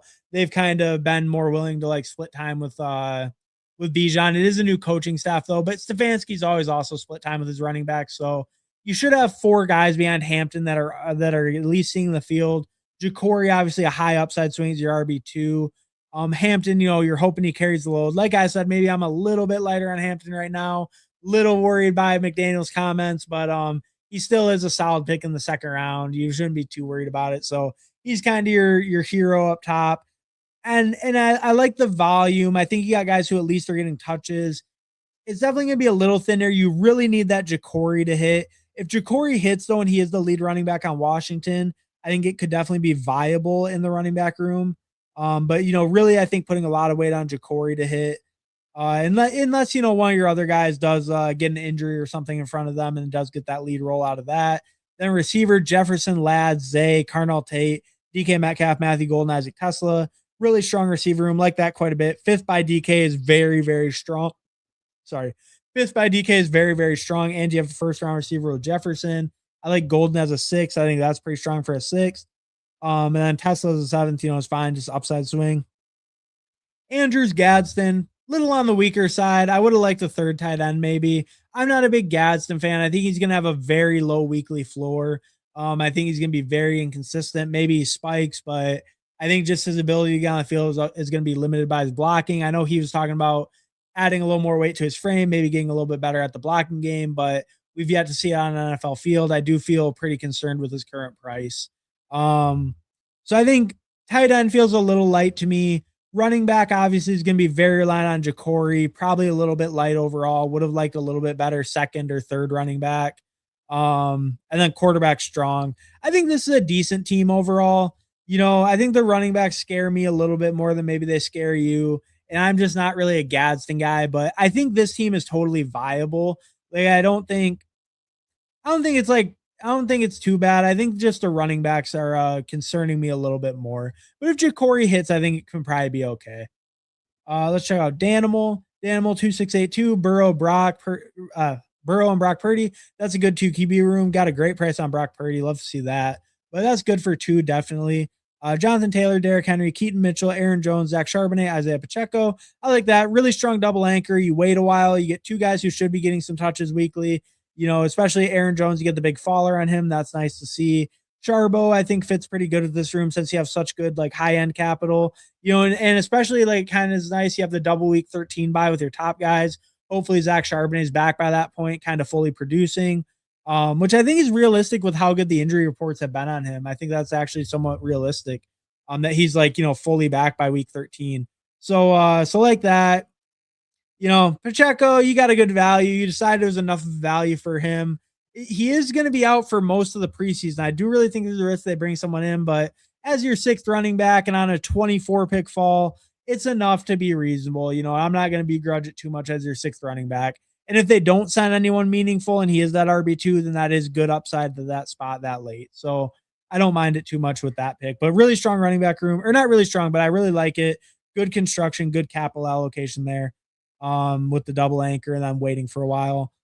T. Higgins, DJ Moore, Cortland Sutton, Steph Diggs, Debo Samuel, Travis Hunter, Keenan Allen, Keyshawn Booty, Loveland Parkinson. Loveland Parkinson's fine. Would have liked a little bit better second guy than Parkinson, but it's fine with an elite up top. I'm not going to be too worried about your second tight end when you got an elite guy. Receiver feels okay. I like the Higgins, DJ Moore fine as your 1 and 2. Sutton as your 4, as your 3 actually feels decent. You reached on Diggs a little bit, which is fine. He's definitely rising. Diggs and Debo as your 4 and 5, I think is actually pretty solid. And then you got a little volume. I really like Keenan right now. I think you've made some good pull-ups, honestly. Like I like the guys that you pulled up. You pulled up Diggs, Debo, Keenan. I think just all guys that are on the rise. Keenan will be on the rise heavy if he does actually sign, which I expect him to as well. I'm getting more Keenan right now as well. And then Booty, a big camp riser, which you actually got late. He actually went really late in this one. So yeah, I think the receiver room actually looks pretty nice as well. Like you definitely got enough volume to make up for kind of waiting. You got a lot of guys I like, so maybe I'm being a little biased in favor of your receiver room because I really like Diggs, Debo, Hunter, and Keenan Allen where they go. So I might be being a little bit biased in the positive sense towards your receiver room, but I actually think it looks pretty good overall, and I like the rest of the team. I think all the positions look pretty good. Like I said, maybe a little bit better second than Parkinson, but with Loveland, I'm not gonna nitpick that too hard. But yeah, I like this team a lot. But I will say I'm a little biased to this receiver room. You picked a lot of receivers that I personally like as well. So that's helping the review a little bit. King of QC, the 3573, the optimal build, as we all know. Jalen Hurts, Tyler Shuck, Geno Smith. I think that's a good QB room. Jalen Hurts and Tyler Shuck, you could argue is strong enough to stop at 2. Then you throw on Geno as a 3rd. I think that feels good. CMC, A-Chain, really strong double anchor. RJ Harvey as your 3rd is fine. Rashad White as your 4th is pretty good, actually. Ray Davis as a 5th, just dart throw. Hope James Cook goes down. Feels good to me. Like, I pick Ray Davis quite a bit, so that feels good as a dart throw for your 5th running back. Chris Olave, Mike Evans. So overall, I like the running back room quite a bit. I like the double anchor. Harvey, I'm not as in on Harvey. I'm more of a Dobbins guy. I will say with Dobbins getting the soft tissue injury today, maybe that helps out the Harvey case a little bit. But I think he's fine as a third running back where he goes. I think he goes at a decent price. I just lean a little bit more to Dobbins. But and then Rashad White as a fourth, I think is good. Yeah, I think Rashad White maybe gets a little bump up with Laramie Tunsil being out, as crazy as that might sound, because it might get him on the field a little bit more for his pass protection abilities. So I think the running back room's pretty good. Like the double anchor, wait a while. I like these two guys you got behind it. Then just the dart throw on Ray Davis. Receiver Olave, Mike Evans, Mekhi Lemon, Khalil Shakir, Trey Tucker, Omar Cooper, Jerry Judy, Trey McBride, Pitts, Kenyon Sadiq. I mean, tight ends obviously insanely strong with these three. Just took the upside swing on Sadiq late. I think receiver is a little bit on the thinner side. I'm not the biggest Mekhi Lemon fan, and I do worry about his early production. Maybe you kind of help that out with the Khalil Shakir pick since he is kind of that safe floor guy. I like Olave and Evans up top as well. So, maybe I'm just hating a little bit on the Mekhi Lemon pick, but it does feel a little bit thinner, a little bit less secure as far as that wide receiver 3 spot. Like, you don't want Khalil Shakir to always be your wide receiver 3 filling in. I do like, you got 2 first-round rookie receivers, so there is good upside there. I just worry about a little bit about the early season production for this team at our receiver.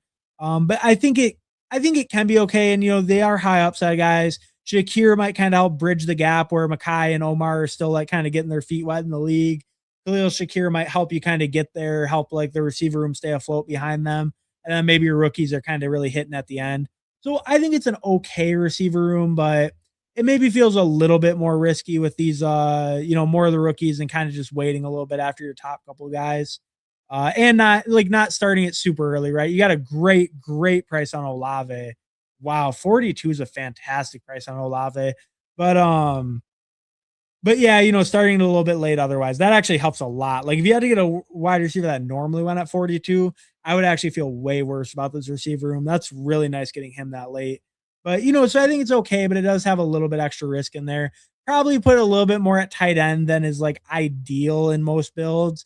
But I think it's fine if you want to say you're playing more for that tight end to hit the flex. That's okay. But it is probably heavier capital at tight end than you would normally want. But it's a decent team overall. I think it's totally fine. And like the receiver room looks fine. It's not like really bad or anything like that. I just think it's a little bit more risky for the floor. But Shakir helps with that. So definitely solid team overall.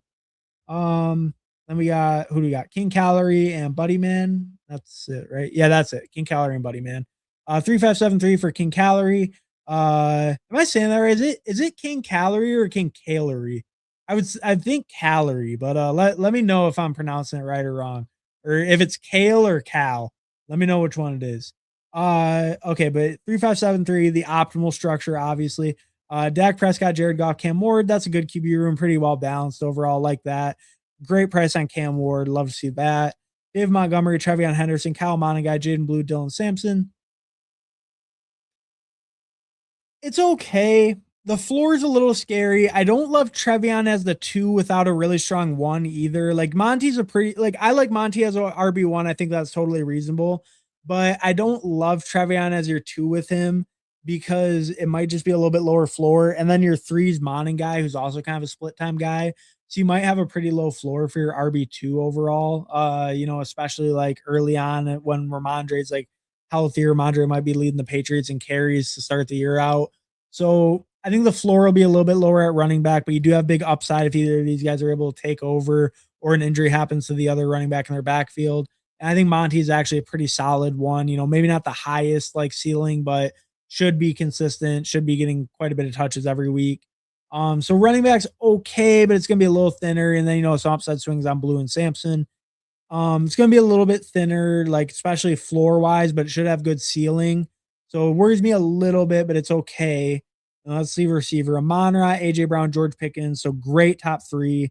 Jaden Reed, Rashid Shaheed, Dejon Stribling, Rashad Bateman. I think the receiver room's really solid. Like this quite a bit. Crazy strong top 3. I like Reed as a 4. I like Shaheed. I even like Stribling where he goes. I'm not the biggest Stribling guy, but I think the opportunity is there. The draft capital is there. So he makes sense where he goes. And I think he feels pretty good as your 6. Shaheed feels great as your 5. And your top 4 are pretty strong for where you have them. And then I even like the, Bateman pick at the end. I think he's good. He's been getting a lot of good coach speak.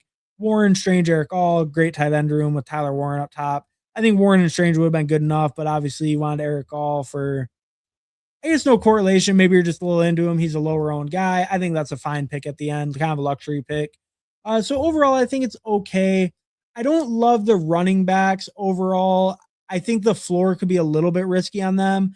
I think it's okay because it's all guys who are getting touches, especially your top three. Maybe even all five of your guys are on the field every week getting touches, with Blue and Sampson being more the receiving backs on their teams. But I do think the floor could be a little risky with some of these guys maybe being not the primary guy getting carries on their teams, other than Monty. Um, but that's kind of my only nitpick. The rest of the team is very strong. All the other positions are very strong. And if you do hit on Trevian or Monaguy, then this team could be very, very strong overall.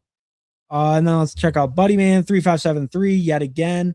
Bo Nix, CJ Stroud, Sam Darnold. I think that's a good QB room, like that overall. You know, kind of more just like three in that mid range, not quite three in the window, as they would say. Because Stroud and Darnold, I would say, are just out of the window. The window is kind of like top 20 QBs, I would say. But I think that's solid. You know, I love Bo Nix's price. QB7 2 years in a row, and he goes way later than that. He's like QB 15 or 16 overall. So I think Bo Nix just feels great where he goes. He feels undervalued. He's been QB7 2 years in a row. He adds Jalen Waddle. And then Stroud and Darnold, I like them as 2 and 3. I think just solid, consistent guys, not getting benched. You know, and you have kind of that upside, that rushing upside with Bo Nix. So I like that QB room. Jeremiah Love, DeAndre Swift, Ramondre Stevenson, J.K. Dobbins, Sean Tucker. Great running back room. Really strong top four.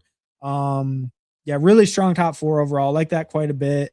I love Dobbins as the fourth. I like Ramondre as a third. Swift as a second. I think that's all solid. I'm not the biggest Jeremiah Love guy, but I think you built him out with a lot of guys getting touches who should be solid. You know, I think Love will have the ceiling, but I'm worried about his floor overall in that offense just being such a bad offense, or just a bad team. Not the offense might be okay, but the team is going to be bad. Their defense is terrible. And, you know, Jacoby Brissett's just not a great NFL quarterback, right? He might be serviceable and there's a lot of weapons, but that's the other thing. There's a lot of weapons. So there's probably going to be some low weeks for Love. So I like how you built it out with three, like, more kind of not more consistent, but just other guys getting touches. You didn't like wait super long, super rely on Love to like carry the position. I like building them like that. I like this running back room quite a bit. And then you got JSN, Nico, Christian Watson, Jordan Addison, Jalen Coker, Dontavian Wicks, Pat Bryant. I like the receiver room a lot too. I think that's really good. Yeah. I mean, you know, it's not like insanely strong, but I think it's a really good like capital receiver room. Coker has a fifth, Addison has a fourth. Feels great. Got two studs up top with Nico and JSN. Christian Watson, a huge upside swing, I think. Like, I really like him where he goes. So, yeah, I like the receiver room quite a bit. Tucker Kraft, Schultz, Arroyo. So, Kraft, a borderline elite tight end, especially if he's back from the injury, all good. And it sounds like sounds like he's coming back pretty well from the injury. So, like the tight end room a lot. You know, I'm not clicking much Elijah Arroyo, to be honest with you, but you had Darnold, right? So, you're getting the stack last round. I think that's a fine, you know, what do you call it? Like a fine scroll down to kind of get different, right? A fine differentiator. He's not getting drafted much. I think that's fine to do. I mean, you know, and he was a high draft pick last year, right? Day 2 pick. And AJ Barner, he's been getting some good coach speak, but you know, there's no guarantee that he's totally locked in all year. Arroyo could definitely get some snaps. And they could end up being a team that runs quite a bit of 12. You know, they might want to do that quite a bit. Hard to kind of say with the new OC, all that, but they might end up running a decent amount. So you might get on a field a decent amount in that sense. Overall, I think this team's pretty solid. I like this team overall. I don't really see any big weaknesses here. I like all the rooms. Yeah, I like this team quite a bit, buddy man or Mike. I like it quite a bit. Solid team. All right, so I think that was everyone.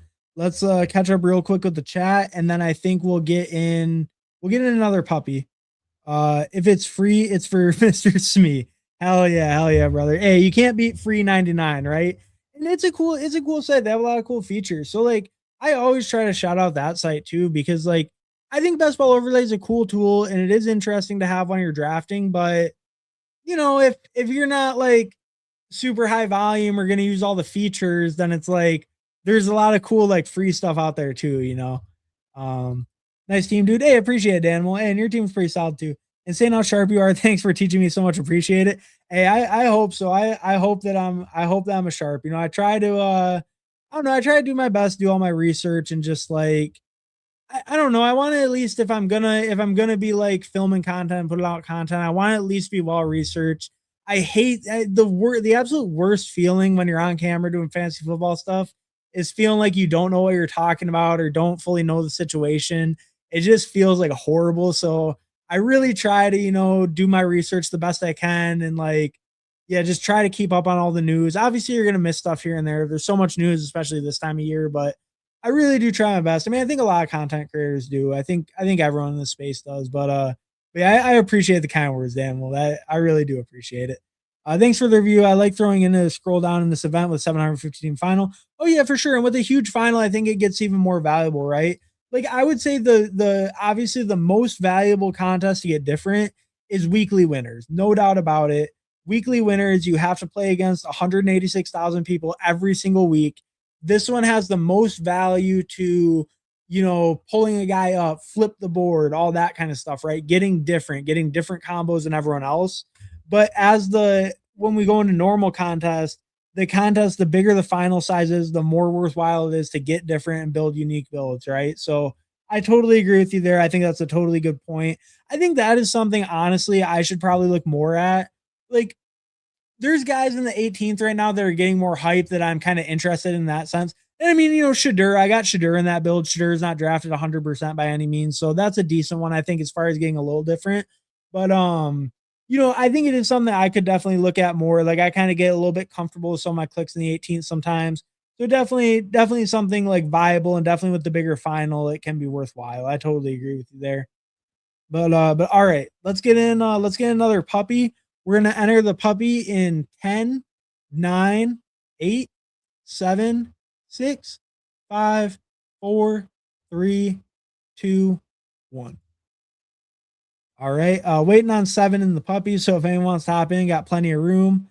But yeah, we'll get another one of these popping. Then we might call it after that. I'm not totally sure. We'll kind of see what I don't know.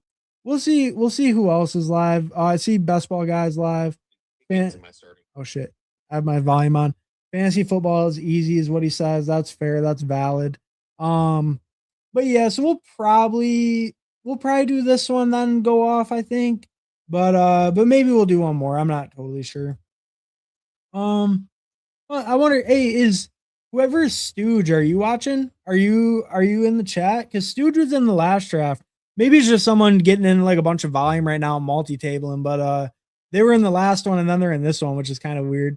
Because I mean we took like 20 minutes to get to the next draft.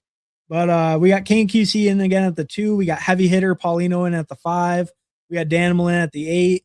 We got I think that's it. I think that's it for the friends and family. If anyone else is in here, let me know if I didn't shout you out.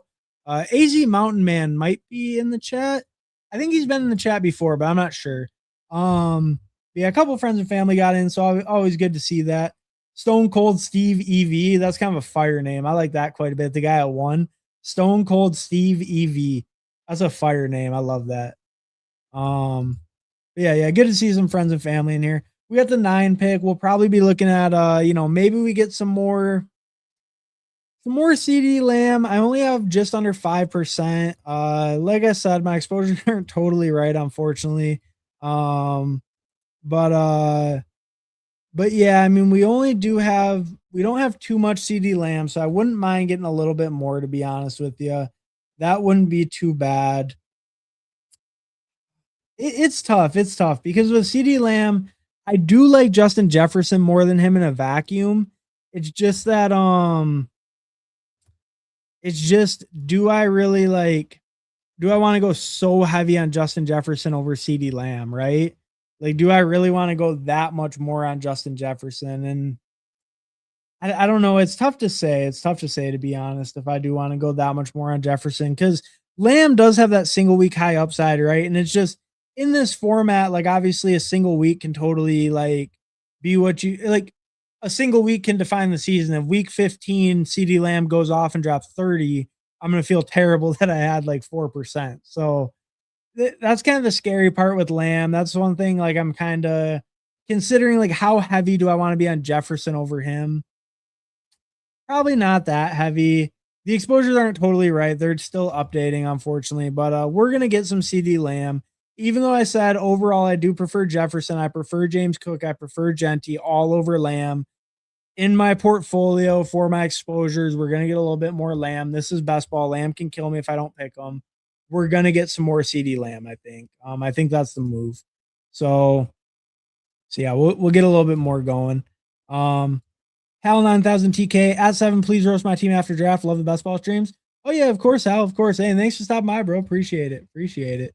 But yeah, we'll check it out for sure. We'll okay, you're at 7, right? Okay. Yeah, we'll check it out for sure. Yeah, no, thanks for stopping by, bro. Appreciate it. All right. It loaded some entries. Probably just ignore my exposures for now because they're not right. Okay. We'll go Chase Brown over Hampton because I do have more Hampton than Chase Brown. I'm sure of that. So we'll get some Chase Brown. You know, we'll buy into the bearish Hampton reports just a little bit today. Chase Brown, he's been getting good reports. They've been talking about using him more in the passing game. He's already used quite a bit in the passing game, so I don't really know how true that is or how much that's just like camp hype. But you know, good reports on Chase Brown, nothing negative really. Maybe he does give a little bit less work to Samaje Perine than he did last year because he was actually taking off the field a decent amount for Samaje Perine. Samaje Perine's super old. You know, they're talking about using Chase Brown more in the receiving game. It might be true, it might not be, but either way, just bullish reports on him, bearish on Hampton. We see Hampton kind of falling all the way to 20. You know, Paulino gets a little value on him. Nice to see that. But yeah, we'll lean Chase Brown in this one. Um, Number 9, like, hey, Heart, hey, Paulino. Hey, what's up, Fancy Dog? Thanks for stopping by, bro. Appreciate it. Appreciate it. My dog, the fantasy dog. Hey, what's up, Hulk Smash? Thanks for stopping by, bro. Appreciate it. Appreciate it. What's up, Fancy Dog? Agree on the Lamb JJ take. I got both of them around 13 to 14. Very low exposure. Oh, rank 13 to 14. Wow. So I think that's fair. I want to buy into Jefferson more than that personally. I am a little bit of a Kyler believer. As much as we all want to hate him and say he's terrible, I think you know 9 JJ McCarthy is just he's just that bad. He made Jefferson look terrible. I think Jefferson is arguably the best receiver in the league. It's probably Jamar Chase, but Jefferson's arguably the best in the league. I think even a half legit quarterback like Kyler Murray can probably get him back to, you know, back to his heights, maybe more like that 1,400, 1,500 yard range, like he was in years past with Kirk.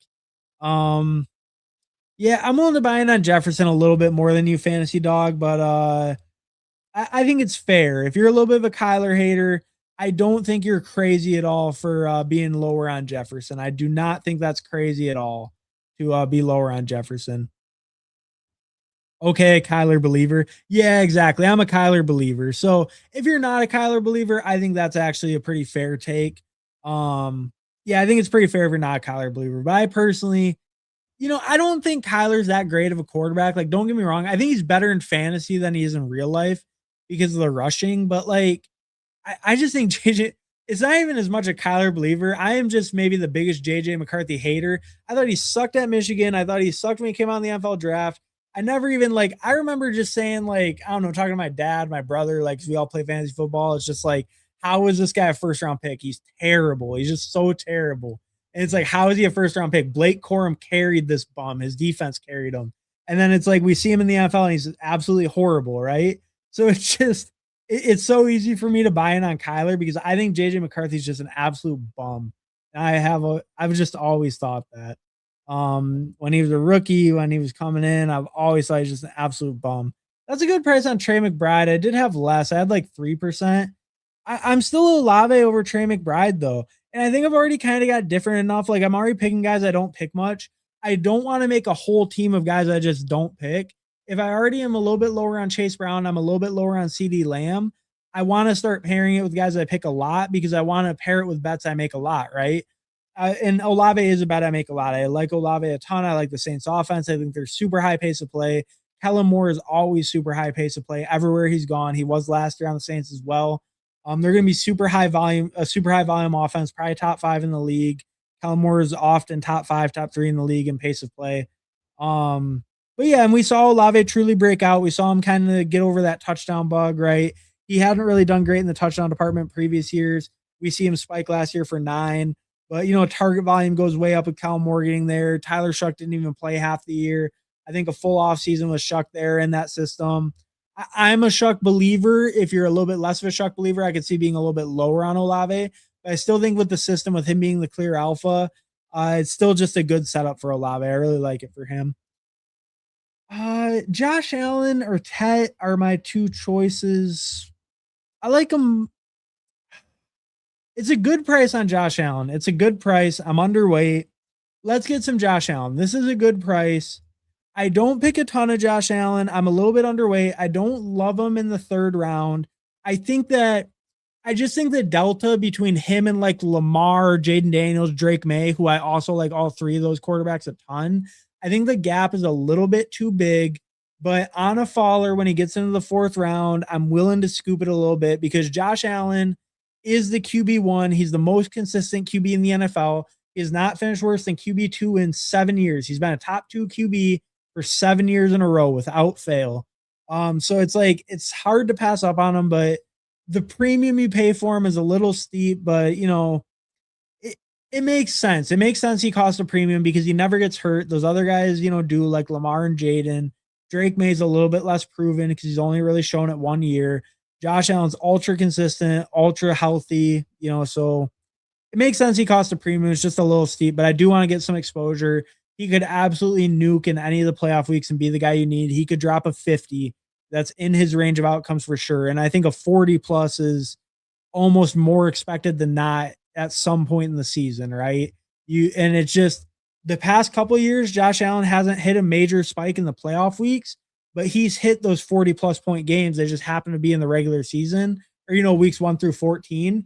If he hits one of those outcomes in a week 15, 16, 17, then the Josh Allen fade is going to feel absolutely horrible. So I do want some exposure to him. And when he falls a little, that's when I want to grab him because I do think he is the QB1. He is a great like pick in that sense. He's just maybe a little overpriced relative to the other top tier QBs. What are you doing with Alec right now, Hartman? Good question, Paulie. I am pretty much avoiding him right now, especially like it's so weird to me. He's not really falling at all, which is so bizarre to me because the reports have been just horrible, right? Like atrophy in his leg, no timetable to return. And that just came out the last couple days and we still don't really see him fall at all. It's been weird in that sense. And I'm already overweight. I was overweight because they were saying it was only going to be a couple weeks. He was going to be back at practice. Turns out, I guess that's not really the case. So I'm kind of fading him right now, getting my exposure down a little bit. I'm not crazy overweight. I think I'm around like 10 to 11%. So nothing crazy, but I'm fading him for now. I want to see him fall. I think he should fall. It's been super bearish reports the last couple days or week or whatever. So I want to see him fall. I don't think he's fallen nearly enough to represent that like recent reports. So yeah, I want to see him fall more. All right, let's see. What do we got here? I probably want to get back in at running back here. For me, it's probably Quinshawn over Trevion, especially as my RB2. I was kind of talking about that with one of those builds in the last draft. How I don't love Trevion as your RB2. I prefer Quinshawn because I think maybe his upside's a little bit lower on that Browns offense, but he should absolutely dominate touches. Maybe lose a little bit of receiving work to Samson, but he'll dominate goal line touches. He'll dominate the carries as long as he's healthy. Like I said earlier, too, he's been practicing for months. All the health reports have been great on him. So we're definitely going to keep buying in on Judkins, especially like this late as my RB2. I think he makes total sense. And that is kind of the downside, like the Josh Allen, my like skill positions are going to feel a little bit weaker for it, but that's fine. That's not too big of a deal. I think getting Judkins there feels pretty good as my RB2. All right. So I'm probably going to get back in at receiver here. This is honestly a pretty tough spot for me regularly. Like, do I like Rome? I mean, the negative burden stuff makes me kind of want Rome a little more. Jordan Tyson's a little interesting. I've been picking a lot of Loveland. I'm definitely overweight Loveland. That's not correct. The 7%. I'm definitely overweight on him. Again, sorry about the exposures. My thing's being a little wonky tonight. I would fix it, but I just don't really like I could fix it by uploading my CSV, but I don't really care if the exposures are right or not. I think we'll go Warren. I love Warren's price. I still want more. I actually do want to see how much Warren am I at. I think I'm around like 10 to 11%, hopefully. But let's see. 10.5%. Okay. I would like my Warren to still go up. I think he's a great pick. That's actually another point to make on the Paulino asked thoughts on Alec Pierce or what am I doing with Alec Pierce. I would say what I'm doing with Alec Pierce is I'm getting even more Tyler Warren. That's my biggest takeaway. Josh Downs, I haven't been picking a ton of because he's moved up so significantly. but Tyler Warren's price hasn't really changed the entire summer. He's been a mid sixth round pick. You know, maybe at some points he was falling closer to 6, 7 turn. He's been basically a staple of the mid sixth round. Sometimes now I see him pulled up more to 5, 6 turn, but sorry, but in the mid sixth round, yeah, just he's a great pick, and especially with all the negative stuff on Alec Pierce, that just solidifies him as an even better pick. You know, I thought he was a great pick. Basically, as soon as they got rid of Michael Pittman, that just vacated so many targets for Warren and Downs both. But I don't know. Yeah, just Warren got a super high target share. He was super consistent last year. Now they vacated a ton of targets, and their top receiver they just paid a huge contract is having an atrophied calf and has no timetable to return to practice. Like, yeah, I'm loading up on Tyler Warren. I think that's my biggest Colts takeaway, to be honest. I'm loading up on Tyler Warren as much as I can. Murray throws a pretty ball though. Hell yeah, hell yeah. JJ McCarthy throws nothing but wounded ducks every throw he's ever thrown. Not true. He has some nice throws in his career, but I don't know. Yeah, just I feel like McCarthy just throws like wobblers so often. I like Olave too, then Wilson, then McLaurin. I think that's fair. I like Tet in that range as well. I think Tet he goes as wide receiver 19. He finished last year as wide receiver 15. Obviously, Bryce Young is always going to be somewhat of a limiting factor, but I do think Dave Canales is a really good designer, really good like offensive schemer. And I think Tet already beat that current price last year, and they're talking now about using him more in the slot, more of that like I don't know, just like a better, more like layup routes, more layup catches role. So I think he just feels like a pretty good pick to me, pretty solid pick. Garrett scares me a little bit with the competition in town, the added like first round rookies. I think he's still a good pick, but I do think I lean Tet over him slightly. I think I slightly lean Tet over him, but I do think Garrett Wilson's a totally good pick in the fourth round as well. Even pulling him up to 312, like I don't think that's crazy by any means. I think you can totally make an argument for him versus any of these guys. I actually think T. Higgins is a little bit of a tier break. You can maybe argue it's Olave, but I think T. Higgins kind of falls in that tier because he has like just such high touchdown upside on that Bengals offense. Um, yeah, I don't mind the Garrett Wilson call. I'm just kind of a Tet McMillan fanboy. Um, Definitely got to get back in at receiver. Is this cheap enough to get Makai Lemon? I'm not the biggest Makai Lemon guy. Jaden Reed's been getting some good reports. Like he might get some outside work, might get some two wide receiver set work. I know Matthew Golden was in the two wide receiver set for Packers family night. Don't get me wrong. But Reed was getting some good reports that he might get some of that outside work as well for kind of the first time in his career. And he already has shown us he can spike big, even just with his limited slot role. So let's get a little bit of Jaden Reed here. I want some more of him. I do like buying pieces of that Packers offense. That was a little bit of a tough spot because Makai Lemon, I do think he's talented. I do think he's a good player. The hamstring injury scaring me a little. It's hard for a rookie to get on a moving train, right? As they say, like when he's missed camp, he hasn't got that connection with Hurts. Even as a first round rookie who I think is very talented, it could be hard to get a significant role in that offense when he hasn't been practicing with them.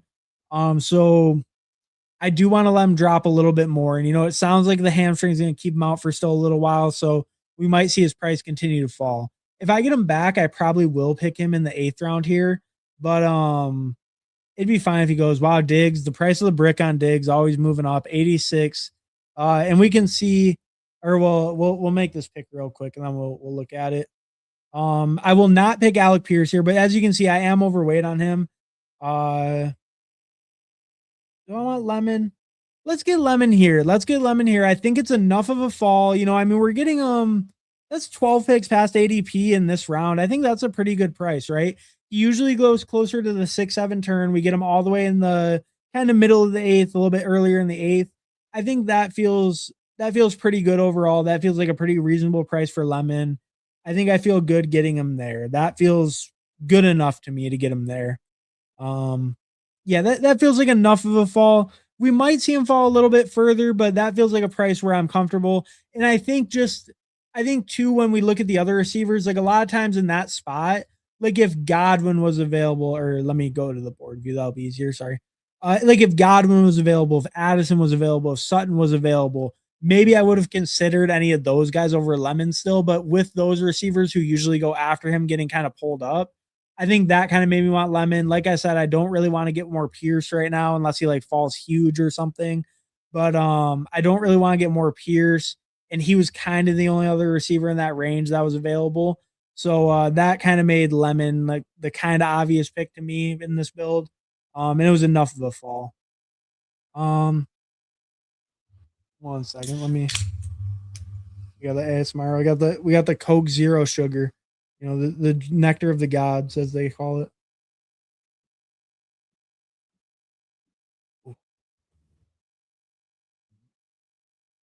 Sorry. Sir Dinesh. And what's up, Sir Dinesh? Thanks for stopping by, bro. Appreciate it. Um, let's see. Rate my team: Drake May, A Chain Walker, AJB, Pickens, Jacobs, Bannon, Lad McConkey, and Carnell Tate on the bench. Drake May, A Chain Walker, AJB, Pickens. Man, that's nice. Jacobs too. That's crazy. That by the 5th round. Wow. So 6th round Lad, 7th round Carnell Tate, 8th round Drake May. Maybe I don't even know. Maybe it was like 8th round Carnell Tate. Whatever though. But yeah, like A Chain and Walker combined, I think that's a great 1-2 punch at running back. AJ Brown, Pickens, and then you got Jacobs as your flex. That's super nice. I like that team a lot. I like it a lot. You got a strong tight end, really strong quarterback, great running backs, great receivers. I don't see a weakness on the team. That's a great team. I like it a lot. That's a great team, dude. I traded JSN for AJB and McConkey. Was it a mistake? I will say I'm a little bit of a JSN hater, but I think no. I think you made the right call. I think that AJ Brown has a realistic chance to be wide receiver 1 overall this year. I think that is within his range of outcomes. You know, there is maybe a little bit more downside risk for AJ Brown, but I think it is realistically in his range of outcomes to be the wide receiver 1 overall in that New England offense. I think it's going to be super high passer. I think Drake May is going to target him. Drake May is a way better passer than Jalen Hurts. The Patriots, even though the Patriots didn't pass very much last year, they still passed like 50 yards a game more than the Eagles did. So I think it's going to be a great situation for him. I think he can really crush on New England. I think that it's a reasonable trade. I really like Lad too. Do I want Jackson Dart unstacked? Is that what I'm going to do here?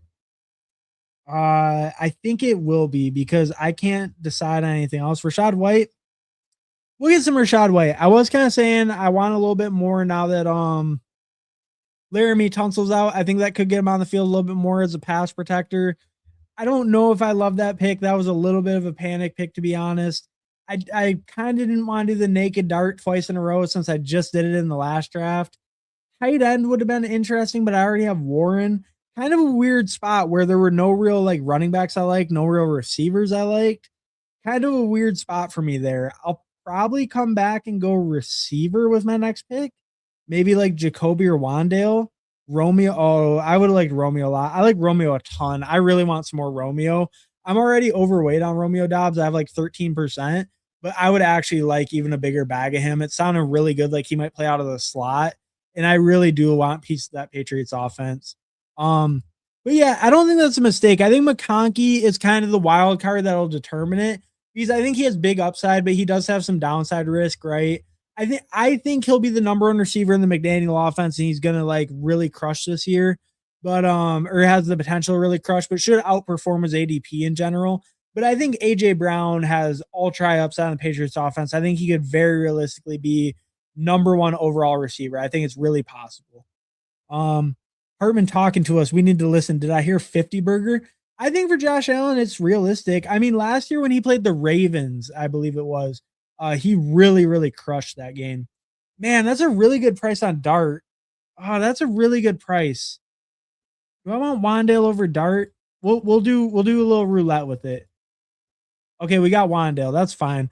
Wandale was probably the better structural pick with Josh Allen. And since I don't have any Giants, Wandale was probably the right pick there. But I do love me some Jackson Dart, and that was a little bit of a value. I could have got him and been done at quarterback and had like a super strong room there. I think Kenny Gainwell would have also been a consideration. I'm just not a huge Kenny Gainwell guy, but kind of as the last running back in that tier, I think he could have been in consideration as well. I like the Wandale pick though. I think structurally that makes the most sense. The Dart and Josh Allen combo to just be done with 2 was appealing, but I don't have any stacks with either one, so I don't love it. Wandale made a lot of sense structurally. I think he's a pretty strong pick right now. He's been getting a lot of good reporting coming out of camp. You know, there was a report that came out. It was, I think Cam Ward said it. Wandale has the key to Cam Ward's house. Like, they're just boys. They're in the breakfast club together. They're like this, right? So so I don't know. Have been making a little bit more Wandale. I do like betting on that Tennessee offense. I do want pieces of that offense. I think that they're undervalued as a whole, that they could really outperform expectations this year. So I want to get some more Wandale. And, the reports, like, I don't want to put too much weight into he has a key to Cam Ward's house. Obviously that doesn't mean everything or anything like that. But I do want more Wandale. I want pieces of the Titans offense. I think he goes at a pretty reasonable price, especially like Dobbs is probably the guy I'm targeting the most in that range right now. But when he's off the board, I do like picking Wandale. So that feels decent there. And that was probably the right structural move. Insane price on Dart to get him at 118. I mean, that's a fantastic price. I think I don't know, the unstacked Dart, or like, yeah, the naked Dart, I think it's totally fine. I mean, realistically, like, yeah, just Scattaboo and Neighbors that go before him. Like, you can still get his tight end, who they said is like basically the wide receiver 2 and likely. You can get like Malachi Fields or any other receiver on the team that you want. I think the naked Dart is like a pretty good pick usually. I'm fortunate for King of QC. He almost got a crazy value. Oh, but he had May and Daniels. King of QC, would you have taken Dart there if he made it back at 119? Or no? Because like, if I was in your shoes, I probably wouldn't take Dart because you needed to catch up at receiver. And I do like that Jacoby KC turn that you did, but it would have been a little tough to pass up on him if I was you, if with the neighbor stack. But I think with May Daniels, you probably still pass on him, right? But let me know. Let me know. Would you have taken Dart if you made it to 119 or around the turn to 122? Let me see Cam Ward go at 121. What the hell? Jackson Dart 3 picks before Cam Ward. I do like betting on Tennessee, and I do want to buy into that offense, but I don't know if I want to buy in that much. Did he have a Titan? He couldn't have, right? Not at 1. Yeah, he didn't even have a Titan. That's so bizarre to me. I wonder why he did that. I wonder why he pulled him up so high. That's I mean, like, Cam Ward. Yeah, I wonder why he pulled him up. He might have got him all the way back, and he didn't even have a stack. That's so weird to me. I was kind of hoping I was gonna get Cam Ward with Wandale, but I guess not. That's fine by me though. It's not the end of the world. We'll take Kincaid here. Kyler's interesting. I don't have any stacks though. We'll push Kyler. If he does come back, we'll take him. Or no, we'll take Tyler Shuck if he comes back. Ooh, all these guys have one quarterback. It's only Shuck and Murray. I should just take Shuck and be done at quarterback. Yeah. Yeah, especially with Ward gone. I could have waited and just took Daniel Jones as my QB2. That feels a little less safe. I do like Shuck as the 2 with Olave. I think that feels pretty good. I can definitely stop at 2 with Josh Allen. Hopefully I get Kincaid back. That would be great. Some of these guys only have one tight end. Okay, he takes them. That's fine. But they all only had one quarterback, so I think there was a really good chance that Shuck went before me. One of them might even had Jordan Tyson. I'm not sure. Let me see. No, Tyson went over here. So maybe Shuck would have came back, but I didn't really want to press it. Even with Josh Allen, I didn't really want to press it. So we go Shuck there. Running backs getting pretty thin. I might go Woody Marks here. I really don't like Khalil Shakir, and I think my receiver room feels decent. So we're not going to take Shakir. He goes anyway. Good for that guy. Shout out PD boy for taking Shakir, so I can't. Happy about that. Coker would be an okay pick. I do like Coker quite a bit. I feel like Woody Marks is a little bit of a tier break at running back, especially with like so many guys gone. Second tight end is intriguing. That's a great price on Mark Andrews. Mark Andrews has the same bye week as Tyler Warren. I probably want to stop at 2. It would be Goddard if I decide to go for a receiver. I think I should probably get Woody Marks though. Like when we look at running back, it really fell off, and there's a chance I don't even get like Algier or Tyjae Spears or Tank Bigsby back. So I think I should just lock up my 4th. Woody Marks isn't my favorite pick by any means, but I do think he'll get some work. I think he'll, be on the field somewhat, mainly in a pass catching role, pass protection role. But he should get on the field some, maybe he falls in the end zone a couple times. I think he feels okay as a 4th, and it gets real thin after that. I think my running back room, I have Chase Brown and Quinshawn, which is a fine top 2, but it's not super strong by any means. Rashad White as a 3rd is okay. It's kind of mid. right? So I don't want to wait super long to get my fourth. I want a guy who's actually going to get some touches at least as my fourth, even if the tight end values were the better values. I really want to get that fourth RB who I feel like will at least be getting some touches, giving me some help weekly. Um, Yep, Higgins is the break. Yep, totally agree. T Higgins is a pretty notable tier break in that range. I agree. Yo, what's good, man? Hey, what's up, Iron Throne FF? And we're starting to roll in some content on the Iron Throne FF. I think within the next week or so we'll be seeing the first video on there. So pretty excited. I just dropped my first little video. You guys will have to tune in about a week or so, see all the people in the league, kind of see the reveal of it. But I think you guys will be pretty excited when the Iron Throne starts dropping some videos. I think a lot of good names in there. A lot of people you'll be excited to see. A lot of people you guys already watch, obviously that like I kind of know kind of in this space, and then some people that you might watch though you might be surprised that they're in the league. Some people that I've watched for many years before this. So definitely excited for the Iron Throne FF League. Definitely go check out that channel, follow it if you don't already. It's gonna start posting videos real soon, and really excited for that. Creator redraft league, 8-team league, right? Oh yeah, for certain Ash. Yeah, certain Ash cooked. Yeah, appreciate it, Herman. Oh yeah, of course. I appreciate you guys stopping by chat and always. Coming in late, looks like you're cooking up a banger. Hell yeah, Fantasy Fitness, always cooking up a banger. What tournament? We're just ripping the puppies tonight. We're ripping the puppies. I do lie on the thumbnails. I would just put BBM in the thumbnail. It's mostly because I'm lazy, to be honest with you. But we're just cooking up the puppies tonight. We're not getting too crazy, but we do got a big guest tomorrow. We got best ball guy tomorrow, so excited for that. That's gonna be a fun time. Yes, I'm picking him. Oh, Dart. Okay. So King of QC had May and Daniels, but he also had Malik Neighbors. So he was one pick away from Dart. He would have picked him there. I can't fault you for that. Maybe like it's one of those ones where you hope it works, right? You try to make it work basically if you do get them. Okay, that's a good price on dimes. I do have Warren. Do I want dimes? Tyler Shuck's not the strongest second QB. Is there anyone I really like here over Daniel Jones? Not really. I mean, Jonah Coleman's okay. I like Travis Hunter quite a bit. Travis Hunter or Daniel Jones. I feel like I should go Travis Hunter. I'll see if these guys take Daniel Jones from me. This guy with one quarterback very well might, and that's fine. I should be fine stopping at 2 with Josh Allen Shuck. When you spend up on Josh Allen, I think you should be okay stopping at 2, especially if you get another top 20 QB like Shuck. Shuck is QB 20 on the dot, but I think that's a massive tier break after him, in my opinion. So I should be comfortable with 2 if I only get these 2. But if they give me Daniel Jones back around this turn, I will pick them. We'll see if any of these teams want him though. And if they do, I probably just end up stopping at 2 quarterbacks on this build. But we'll see what comes up on the turn. Debated Dart versus Staff, but decided to take Staffy since I had the game stack. It was tough though. That's fair. And I think especially like if you just had Puka, that would be one thing. But having the actual game stack built out, I think that does lean you into Stafford a little bit more. So that makes sense to me. That makes sense why you would do that. Yeah. Yeah, that makes sense to me.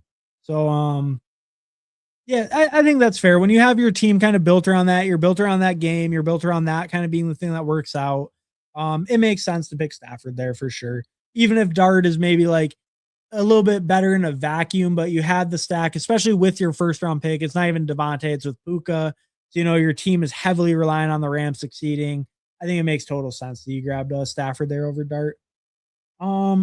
All right. Do I want the Alvin Kamara? I've said it before. I'm not going to be like huge buying into Alvin Kamara, but I do think this is a little bit thinner running back room. It's not crazy things. I like my top 2 guys, but White as a third is a little bit weaker than I like. I do like some of these receivers. Omar Cooper, the first round pick, has fallen this late in drafts, but I already have 6 receivers on this team, and I think they're pretty decent. Hunter as the 6th is a little weaker, but my top 5 are pretty good. So let's get Kamara. Let's help out that weaker running back room. We're getting a stacked piece. They've talked about nothing but using him as a receiver, right? He's going to handle the third downs, be the receiving back. So let's get him stacked up with Dart when I kind of have only a single stack with Dart with Olave. Let's get some Kamara on this team. Even though, maybe it's Omar Cooper in a vacuum, but we can get some Kamara on this team stacked up. I think that makes some sense. Omar Cooper goes one pick after Danimal. Great pick there. I think that's a good value on him. Bang and play. Yo, what's up, man? Just finished my draft up. Let me know how you feel. Got Drake May, JSN, Devonta Smith, Chase Brown, Judkins, Hawkinson, Tyson, Wandale. Okay, Drake May. Love the Drake May. I love how you guys are getting Drake May in your home leagues. That's fantastic. I love Drake May. JSN, Devonta Smith, Chase Brown, Judkins. I think your starting four are great there at running back and receiver. Tyson and Wandale, I like quite a bit. Golden, Aaron Jones, Chris Godwin. I like the Chris Godwin on the bench. I think that could be a pretty big hitter. And got the handcuffs for Aaron Jones and Judkins in a 12-man PPR. You got do you get Jordan Mason? I mean, Jordan Mason, if you're considering the handcuff, Jordan Mason might be the starter, to be honest. I'm more of an Aaron Jones guy, but Jordan Mason's been getting a lot of good reporting. So I don't know. I don't mind that. Yeah, I think your starting lineup's pretty strong. Obviously, Hawkinson's a little bit weaker starting tight end, but he might have kind of a bounce back year this year. I think that's very possible. 2 years ago, he's coming off torn ACL. Last year, he had to deal with JJ McCarthy being a bum. So I think it's possible he kind of bounces back. But I think, yeah, you're starting two running backs, Chase Brown, Judkins, that's pretty good. Devonta Smith, JSN's really good at receiver. I like Tyson and Wandale with the Godwin. I actually really like Godwin a lot. So I like him as kind of, maybe if Tyson starts a little slower or something, you got Godwin there. Yeah, I think that's really solid overall. Solid team. And then, yeah, getting the backups just in case anything happens with Jones or Judkins, since they're, Judkins coming off the injury, Jones being a little older. I think that's really solid, dude. I think solid team overall. No real weaknesses. Yo, Matt. Oh, yeah, Fans Fitness. What's up, Fans Fitness? Down for a Badge Rose Brawl. What's up, Nick AI? Nick AI Pie. Down for a Badge Bros Brawl. You convinced me. We'll do a Badge Bros Brawl after this, then we're gonna head out. I was gonna head out after this puppy, but I haven't really gotten in many Badge Bros Brawl, and I do really like that contest. I haven't really done as much volume as I would like, just because the lobby's been so full with other contests. And people haven't been as big of fans of the Badge Bros Brawl as I would have thought. I was putting it in the polls a lot. I usually do polls for what we're gonna draft next, but people have not been, they weren't voting for it. People weren't really fans. So I haven't really done many on stream. I would like to do one. So yeah, you convinced me. We'll do a Badge Rose Brawl after this one. Then we'll call it after that though. I got a lot of Omari, Danimal, a lot of Omar Cooper. Yeah. I mean, that was a great price. 161 on him. That's a great price. I don't know. AD Mitchell's interesting because he can win down the field. His ball tracking skills are questionable. He did get his ADHD medication, AD Mitchell, that is. He was even suspended for it 2 years ago. That was a legit narrative. He forgot to clear it with the league. But now he's all cleared for his ADHD medication. AD Mitchell's always been a downfield winner. He just hasn't really tracked the ball. No one could really figure out why, if he was getting distracted. He was celebrating too early and dropping the ball at the 1 yard line. Maybe he can take over, but I do like betting on Omar Cooper just as a high draft capital first round pick. I think you can't really go wrong betting on Omar Cooper as late as he goes. I should probably get back in at tight end here, huh? Man, it's not a great range. I do like Zach Branch as a seventh. Let's get Zach Branch, and that's a game stack with my New Orleans as well. Let's get Zach Branch. Let's get him in here. A lot of these tight ends are pretty similar to me as far as Dulcich, Gunnar Helm. I'm not a huge Otten guy. Fryermuth is decent. Otten's fine. So let's get Zach Branch there, finish my receiver room up, get a game stack with my New Orleans. And, Zach Branch, like I said, tons of good coach speak lately.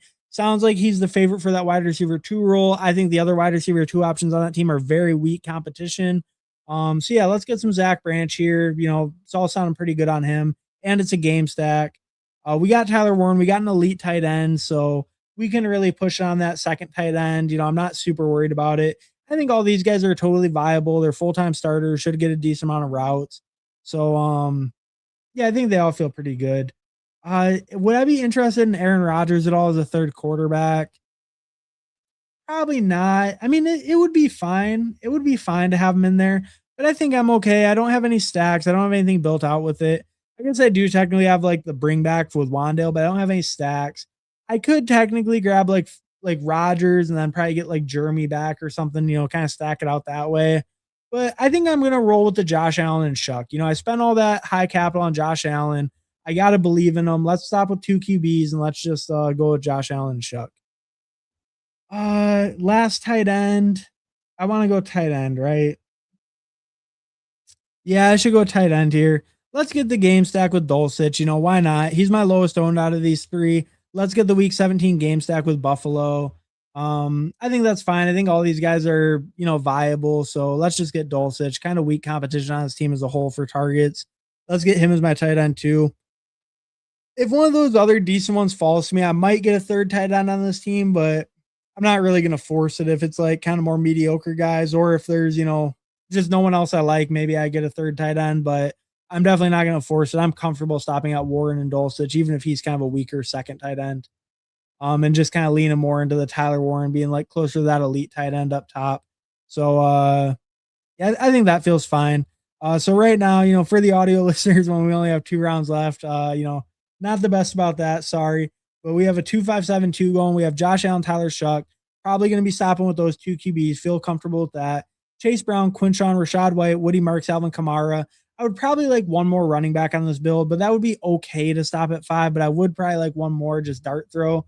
Then we got CeeDee Lamb, Chris Olave, Jaden Reed, Mekhi Lemon, Wan'Dale Robinson, Travis Hunter, Zach Branch. And then we got Tyler Warren Dulcich. I think Warren Dulcich is fine for 2, but you know, it is a little bit on the weaker side with Dulcich as a second, but it's really just kind of leaning on Tyler Warren as that elite guy. Receiver's all right. I mean, top 3 are fine. You know, Olave and Lamb up top. Lamb's kind of my hero on this build. So kind of have Lamb holding down that one spot, hopefully. And especially since he's a guy I'm a little bit lower on my portfolio, it's kind of like if he does smash, then he really helps kind of carry this room, carry this team if I am a little bit more wrong about him.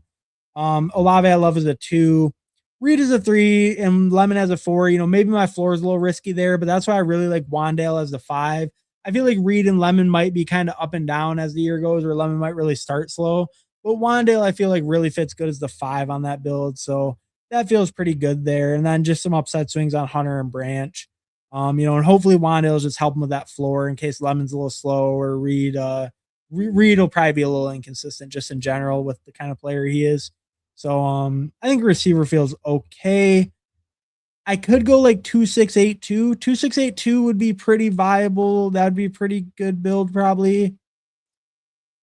Yeah, 2-6-8-2 is interesting to me. I'd probably either go 2-6-8-2 or 2-5-8-3 or 2-6-7-3. Well, Fryermuth goes, so I probably go 2-6-8-2. I'm probably going to stop at the 2 tight ends, 2 quarterbacks, grab one more running back, one more receiver on this build. I think that's what I want to do. Play the onesies a little bit more fragile, I think. I think that feels like the right move on this build, just given like, yeah, I think that feels like the right move on this build, just given like I did get like really elite options at tight end and quarterback. I think we'll stop at 2, leave those rooms a little bit thinner, really lean into my elite guys up top. Caleb Douglas goes, unfortunate. Heavy hitters fucking sniping all the good late guys. T. Ferg, Pat Bryant, Caleb Douglas all in a row. We get it, bro. You follow the news. You know what's going on. You're plugged in. You know ball, Paulino. We get it. You can stop now. Let me get some of these guys. What are you doing to me? But all right, sorry.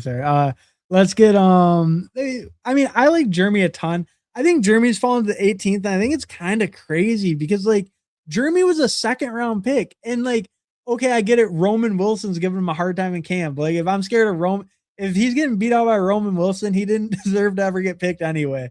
So you know, as a 2nd round pick, like should be getting that slot role. I think on the Steelers, they're probably going to do a lot of 11 personnel 3 wide receiver sets with Mike McCarthy. Mike McCarthy's always leaned more into that. Granted, they do have Darnell and Fryermuth, but I think they'll run a decent amount of 11. And I think Jeremy, you know, he's a high draft capital rookie, should get on the field. I don't think Roman Wilson's going to keep him off the field too long. I think Roman Wilson sucks. I just, you know, maybe I'm off on that take, but Jeremy has the draft capital. This is quite a bit of rookies on this team. You know, not sure how much I love buying that much into the rookies and the Travis Hunter. Maybe it's a little bit too heavy in that. But yeah, I just think Jeremy's underpriced, especially with him falling. It's so weird. It's not weird. Roman Wilson's getting some good talk, but like, I don't know. I'm just not gonna believe the the Roman Wilson talk too much. It's not like crazy. It's not like, oh, Jeremy's just terrible and Roman Wilson's like very clearly over him. It's like they're competing for that number 2 or that number 3 role, right? So it's not like really bad for Jeremy or anything in camp. It's just sounding like, oh, Roman Wilson might be ahead of him right now. But like, I'm not going to worry too much about that. Kalen Black, I don't love Nick Singleton. I think I want a little bit more Kalen Black. Kamani Vidal, I mean, he got some good speak today. Let's get some Kamani Vidal because Mike McDaniel said today that he's going to use all 3 running backs. How true is that? I'm not exactly sure. But he did say that Kamani Vidal will get like notable playing time. He's going to have some big weeks. They're all 3 of the running backs are going to have big weeks this year. You just don't know when they're going to be. So let's get the 18th. Let's get in the 18th round one of those 3 running backs. The cheapest one who allegedly is going to get some notable playing time. Let's see about it. Twitter news maxing for real, Paulino, for real. You're going hard on the Twitter news, and yeah, just I'm also Twitter news maxing. So you're really cramping my style.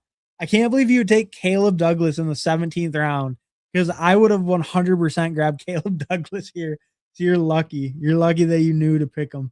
But yeah, you were Twitter news maxing for sure, which I respect because I'm also a Twitter news maxer. I mean, what other edge can you get? And you get Adam Randall, the RB2 on Baltimore nowadays. At least it's sounding like that potentially. So yeah, Twitter news maxing for sure. Malachi Fields would have also been an option. That's also Twitter news maxing. He's locked up the RB2 spot. We've heard Darnell Mooney's dead. He's not locked up any spots. So you should definitely be going for Fields instead. But yeah, definitely Twitter news maxing. I am as well. I mean, it's that season, right? It's that time of year. But all right. So what we'll do now, we will check out the teams and then we're gonna do a Badge Bros. And then we'll probably head off after the Badge Bros, I think. I think that's the plan. Yeah, I think that's the plan. We'll head off after the Badge Bros brawl. But we'll review the teams, we'll do all that. I'm gonna say though, if you get in the Badge Bros brawl, I will look through the teams quick, but like the teams in that are so great, like the reviews, like it's not really gonna be much. I'm just gonna kind of like scroll through them. I got a couple ideas in Badge Bros I like to do. You probably heard them before, but like I won't say them too much. I don't want to reveal my strats before we get in there. I don't want you guys sniping me too crazy. But there's not gonna be much to review when we're in the Badge Bros after it's done, just as a forewarning. But we'll check out these teams quick. So I went 2-6-8-2. I kind of was talking through my team the last couple rounds, but happy with that 2 QB room with Josh Allen up top. Totally fine stopping at 2, even with maybe a little bit weaker guy for a QB2 when I'm only stopping at 2. Then we went Chase Brown, Quinshawn, Rashad White, Woody Marks, Alvin Kamara, Kamani Vidal. I think that the running back room is okay. Like I said, it's a lot on Chase Brown and Quinshawn. Rashad White's a little bit weaker as a third. At least I got guys later who hopefully are getting some touches weekly, maybe even Vidal. I feel a little less confident on Vidal, to be honest, but he did get some good coach speaks. So that's why we got him as our 6th running back. But hopefully these guys are helping kind of fill in, if Rashad White is like not helping as much, or if Quinshawn has a lower week on that Browns offense, they fall way behind. They can't run with them as much. Hopefully some of these guys are helping me fill it in, but the running back room's a little on the weaker side. It's okay, but a little weak. Receiver, CeeDee Lamb, Chris Olave, Jaden Reed, Mekhi Lemon, Wan'Dale Robinson, Travis Hunter, Zach Branch, Jeremy Bernard. It's a lot of rookies, 3 rookies. Obviously all like decent draft capital rookies. I mean, even Jeremy and Branch, both 2nd round picks, Mekhi 1st round pick, obviously. And then Reed, like Olave, Lamb kind of holding it down up top. I do like, so I think it's okay because I do have Olave and Lamb up top. I like Reed as a 3 even. Lemon as a 4 is actually pretty solid. Wan'Dale as a 5 solid. So receiver feels okay overall. And I really like that Wan'Dale pick I made. I think that was really necessary to give me some floor just in case like Lemon or Reed kind of let me down certain weeks, especially early. So it feels pretty good at receiver. And then Warren and Dulcich just really lean into that elite, just like I did at quarterback. I think overall this seems kind of mid. I'm not gonna lie. I don't love it. It's okay. It's okay, especially if Quinshawn and Chase Brown hit for me, or if Rashad White gets the most work on like Washington. It's okay, but I don't love it. All the rooms feel kind of mediocre. Like nothing really feels like a big strength. Obviously, Josh Allen and Tyler Warren can be strengths of those onesie spots, but the rooms themselves are thinner behind them. So everything kind of feels mediocre on this team. Like nothing feels crazy weak by any means, but nothing feels great either. So I think this team's pretty mediocre to be honest. It's okay. It could work, but it's definitely nothing special anywhere. This is a classic. It'll probably finish about fifth place in the pod. It's solid, but it's not very strong anywhere. So not my best work, but it's all right. It's not terrible either. Let's check out. Was there anyone over here? No. Give me 1 second, then we'll check out Danimal, check out Hal 9000, Heavy Hitter, and King of QC. If anyone else is in here, let me know. But we're gonna check out those four. Then we'll rip the Badge Bros, and then we'll probably be done for the night. All right. Sorry about that. All right, Danimal. 2583, Dak Prescott, Jared Goff. I think that's a good two QB room. Totally fine stopping with those two. Yeah, that's solid. I think that's totally good. Javante, Cam Scatterwood, Chuba Hubbard, Jordan Mason, Zach Charbonnet. I like this running back room quite a bit. I'm not the biggest Javante guy and I'm not the biggest Chuba guy, but I do think with Chuba falling, like going more in the eighth round or so, I think he's definitely becoming a lot more reasonable pick. I'm definitely going to start getting some exposure to him. So I think he's a reasonable pick, a good third, actually a really solid third running back on a team. I love Scatabo. I think Javante's fine. He just kind of has that dead zone profile to me, but he does play on a really high scoring offense. If he stays healthy all year, I think his upside is just like he could get 13, 14 touchdowns very realistically. So I think he's totally fine as your RB1. Scatabo feels great as your 2. Chuba feels pretty good as your 3, or actually like really good as your 3. And I think Mason feels good as your 4. So I really like these top 4. All guys that could realistically lead their team in carries and should at least be on the field if with Chuba and Jordan Mason, should at least be in like share times and be on the field every week if they're not leading the team in carries. Then you get Charbonnet behind that, which I think fits on this build. You have 4 guys all touching the ball, all should be able to fill in that role, like fill in that RB1 and 2 spot. Then get Charbonnet just for that late season upside when you don't really need him early because you do have 4 solid guys above him. So I like that running back room. Amon-Ra, AJ Brown, DJ Moore, Marvin Harrison, Debo Samuel, Omar Cooper, Keenan Allen, Rashad Bateman, Goddard, Gadsden, and Joku. Tight end's a little weak. I do kind of like the idea of the double LAC thing just to lock up both their points. But didn't you hear Charlie Kolar's playing the most snaps out of any of them? So you managed to pick 2 Chargers tight ends and you didn't even pick the best one. Just kidding a little bit. I don't really totally believe that. But Charlie Kolar was getting some good reporting, so it is a little bit risky there, I guess. And Goddard's not the most consistent top guy. He might be more consistent with AJ Brown gone, but I think it's a reasonable tight end room. It's fine. It should have big spike upside. You got a great price on Gadsden as well, so should have some really huge upside weeks. It just might have a little bit lower floor weeks, but having big upside is a lot more important at tight end than the floor is really. I mean, everyone's floor is kind of low. Tight end's the lowest scoring position in general, so having that upside does feel decent. Receiver's pretty solid because you got 4 by Marv Harrison, so you went really hard early. Even got 2 really, really strong guys up top of the Amon-Ra, AJ Brown, then go DJ Moore, Marv. So strong top 4, then you wait a little bit. I like Debo a ton where he goes. I think he's a strong 5th. Omar Cooper on a huge value as her 6th feels great. Keenan later, like this team probably didn't even like need a Keenan type guy, but I think he's a good value where he goes. Grab him, then throw Bateman on. He's getting some hype lately. Love the receiver room, love the running back room. I think quarterback's good with those 2. Tight end is probably the biggest weakness on this team, and it's the least important position by far. So I think he built a really solid team. Really like receiver, running back, and quarterback. I think tight end is like fine. It's not terrible by any means. I do kind of like that double LAC thing you did. I just maybe would have liked a little bit more consistent guy than Goddard. But I think it's fine. And yeah, pretty strong team overall though. Like this team quite a bit to Animals. Hal 9000, 2763 for Hal 9000. Jalen Hurts, Brock Purdy. Good QB room. A little piece of like best ball.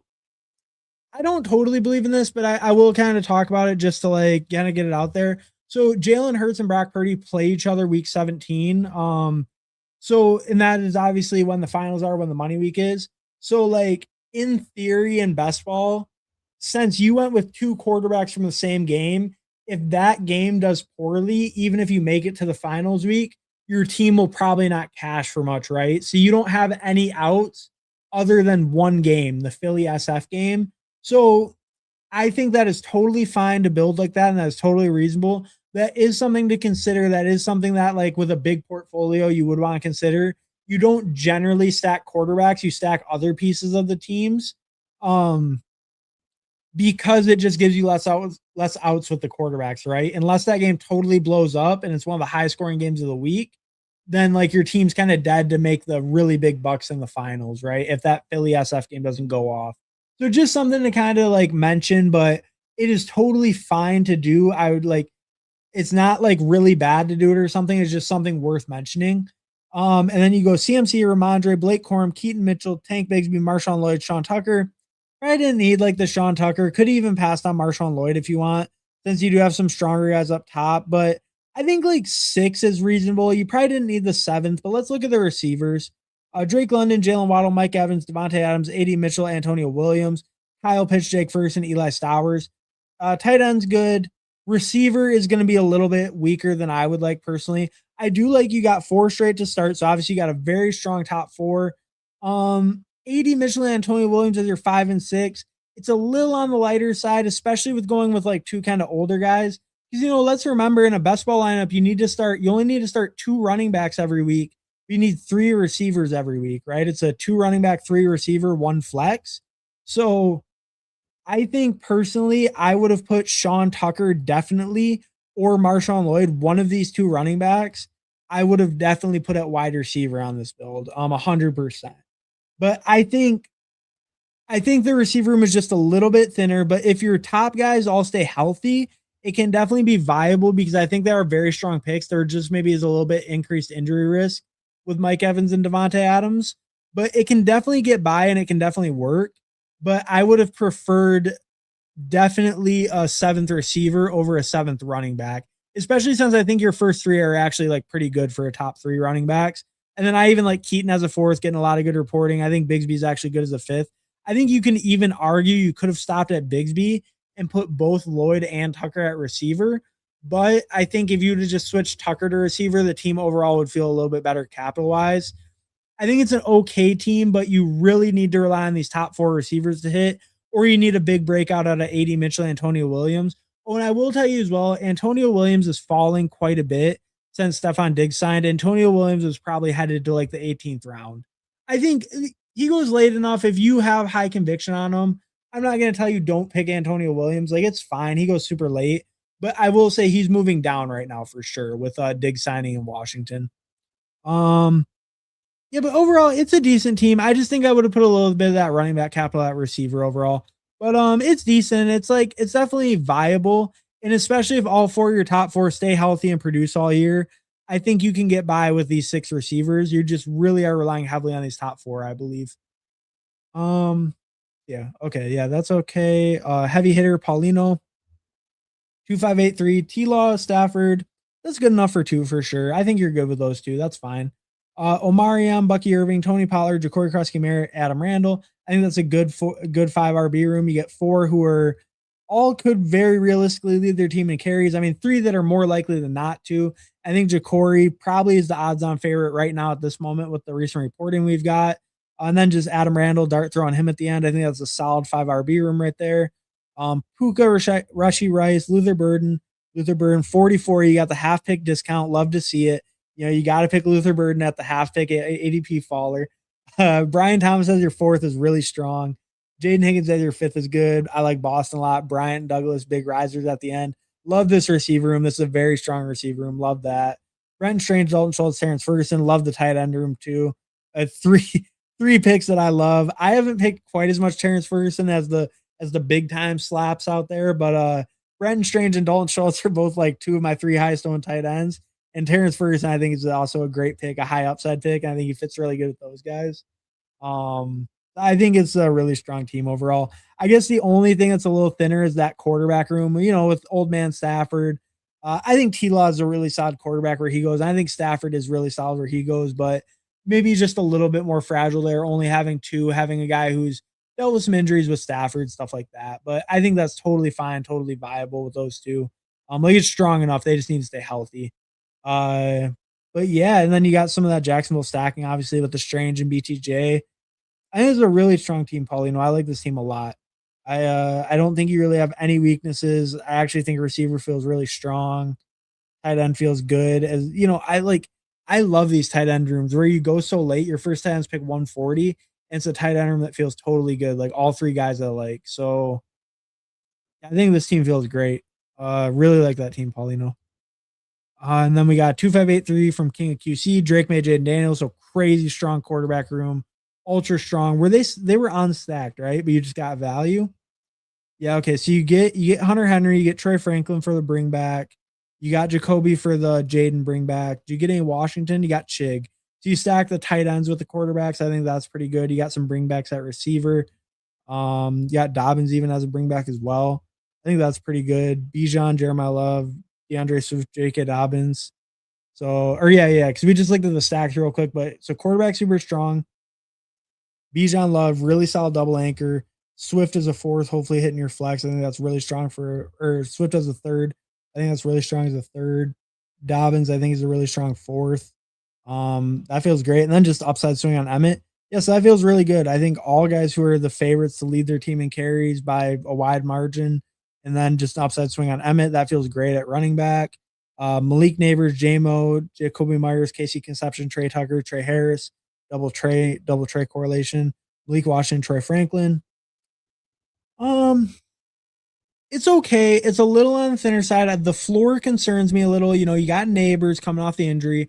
I think right now we're feeling pretty confident on Neighbors, so that's good. JMO is going to be boom bust, but the booms are huge. So, you know, he's the fair pick where he goes for best ball.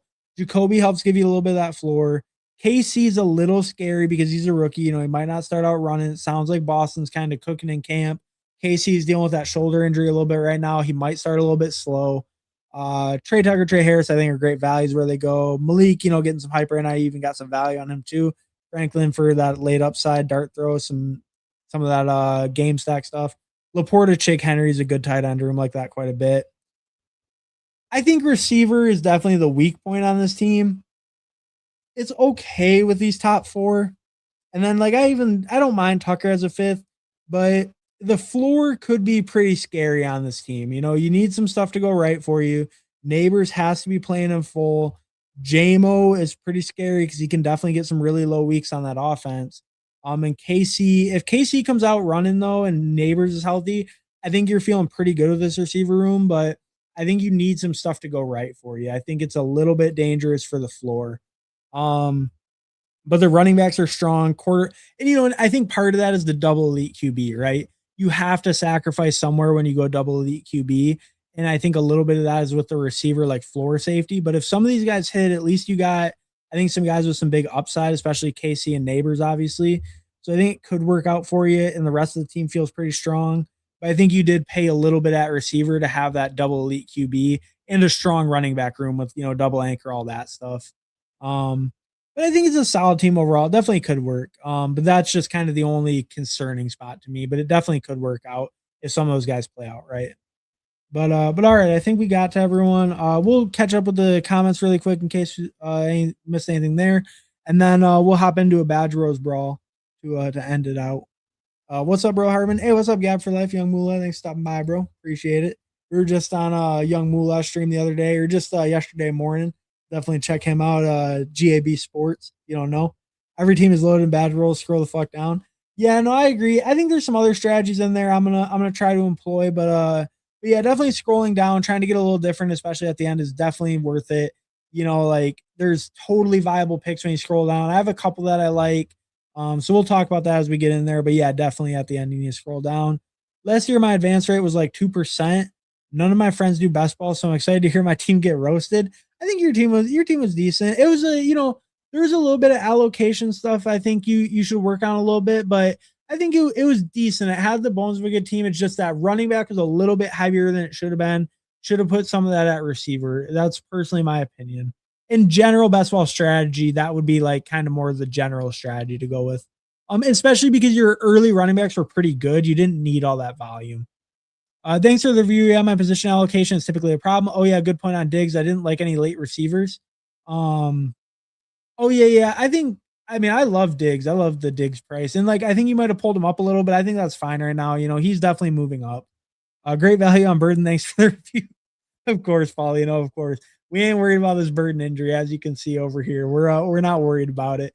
But yeah, hey, you got that half pick of value. That's about as good as it gets on Bird. And when they're saying buy Bird in stock, you're getting a half pick of value. You just can't pass it up.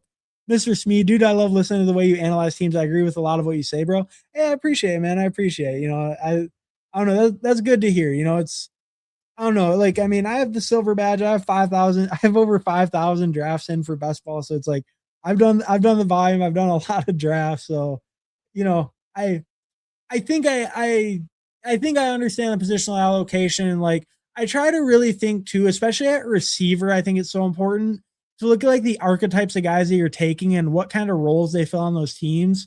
And like, yeah, just what kind of players they are, what roles do they fill, right? And what are kind of the weaknesses and plus those guys, especially later, right? Obviously, an early guy, he has high ceiling, high floor, should get high reception numbers. But in those mid ranges, especially that like 100 to 130, 140 range, I think there's so many like different types of profiles in there. Like, right, like a Khalil Shakir serves a completely different purpose than like a Denzel Boston. I know Boston goes later, but like they serve completely different purposes, right? Or like a Travis Hunter and a Khalil Shakir. They go in a similar range and it's like they're so different. Um, but yeah, and I think it's important like to realize what does your team look like? What kind of guys should you get to fill out that team? Um, hey, over. What's up, K Space? Thanks for stopping by, bro. What we doing, my guy? So we just finished a puppy. We're unfortunately getting towards the end of the stream, but we are gonna do a Badge Bros Brawl right now, and then I think we're gonna head off after that. But we were getting some drafts and we got a couple in. We did some news review at the beginning too, so went over some of the latest news and stuff going on. But smash the like button, hell yeah! Hey, smash the like button, smash the subscribe if you haven't already. Always appreciate it. Appreciate you guys coming by, chat and drafting with me. But all right, what's up, K Space? Thanks for stopping by, bro. But we're gonna get in that Badge Rose Brawl. We're gonna count it down. We're gonna get in the Badge Rose Brawl in 10, 9, 8, 7, 6, 5, 4, 3, 2, 1.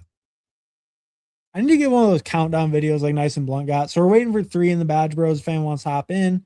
Cool. I'm a rewind. Hey, appreciate it, K Space. Appreciated. Yeah, we went over a little bit of the news at the beginning. It was maybe like 10, 15 minutes. I'll put the timestamps in and stuff after the video too. I always do try to put in timestamps. I'm not sure how many people like watch the videos back or anything or watch them later, but I just figure the timestamps are nice if like because sometimes I'd be yapping after the draft for like 20, 30 minutes. So it's nice for me to just put in like draft number 2 starts, draft number 3 starts. So if people are watching it back, they can just skip ahead to them and all that. But hey, appreciate it, K-Space. Hey everyone. Hey, what's up, Bayou Bengal? Thanks for stopping by, bro. Definitely check out Bayou Bengal if you don't know. He's streaming a lot of times early in the morning. He's streaming like 8 a.m. my time, something like that. Right now we're in the Badge Bros, waiting for one in the Badge Bros, and then we're gonna call it a night after that. But we got drafts popping a little bit tonight. We were doing some puppies and stuff. Someone said do a Badge Bros, and that was enough to convince me. I do like the Badge Bros. No one ever wants to see them usually, so if one person does want it, then that's enough to convince me to get in one. And they're nice, they're quick, they're fun to do. There's some strategies I think in the Badge Bros that are a little different. Like we can see Brock Bowers is pick number 10. I think one of the strategies obviously is elite onesies are always more valuable in Badge Bros. I think it's actually very viable in Badge Bros as well since it's a 6-man pod and like okay, like let's look at guys that go at the end, right? Because it's 108 picks, right? It's 18 rounds still, but it's only a 6-man. So let's look who goes basically undrafted or near the very end. It's basically like Chris Godwin, Rico Dowdle, J.K. Dobbins, Jordan Addison, Ja'Cory Cross-Kamara, Debo, Worthy, Golden. Those are the guys that are fringe drafted or not. So I think since you're getting such strong guys near the end of your draft, it can be totally viable to do like a Brock Bowers trade. Like it can be totally viable to get 2 top 4 tight ends. I think that's completely reasonable.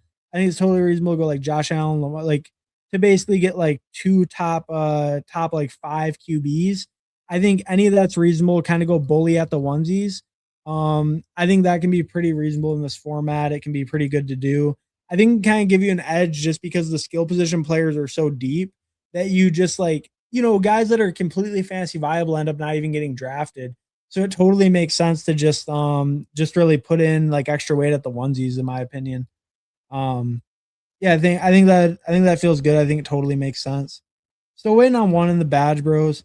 See, this is what I'm saying. People don't mess with the Badge Bros brawl, apparently. has been a little bit slow to fill, I guess, with the I don't know, because like it did ramp up really fast at first, but it's been kind of slow to fill after the initial wave. All right, we got it filled. Let's see who got in here. Um, I don't think I recognize anyone. Is this? Or wait, who wanted it? Nikai. Oh, you see your? Are you Nick Paint? Are you You must be Nick Paint, right? Because I mean the name's pretty similar. I've seen you in the rooms before, I guess. I said I didn't realize if that's you, let me know. But I think that's the only one I recognize. If anyone else is in here, let me know.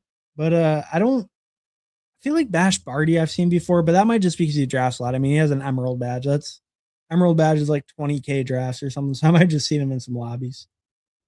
Let's see. Yep. Okay. That's what I thought. All right. So we got Nick Payne in at the 3.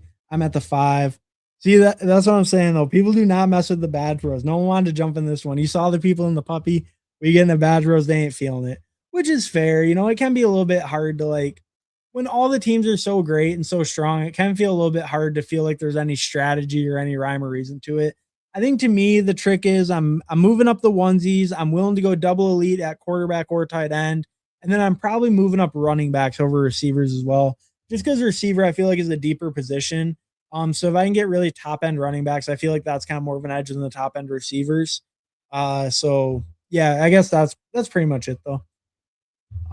Like I think Puka is fine. Puka and Chase are fine, but like I'm definitely going like CMC and then like Taylor and Cook and Bowers. I'm taking all these guys over the next and Genty. I don't know why Genty goes so much lower in this and Cook goes high, but I'm definitely taking all 4 of these guys over any of these other receivers. If you're a JSN guy, you know, you could take JSN. That wouldn't be that crazy, but I am in general going to take like these running backs. I'm going to probably take Brock Bowers at this turn, to be honest with you.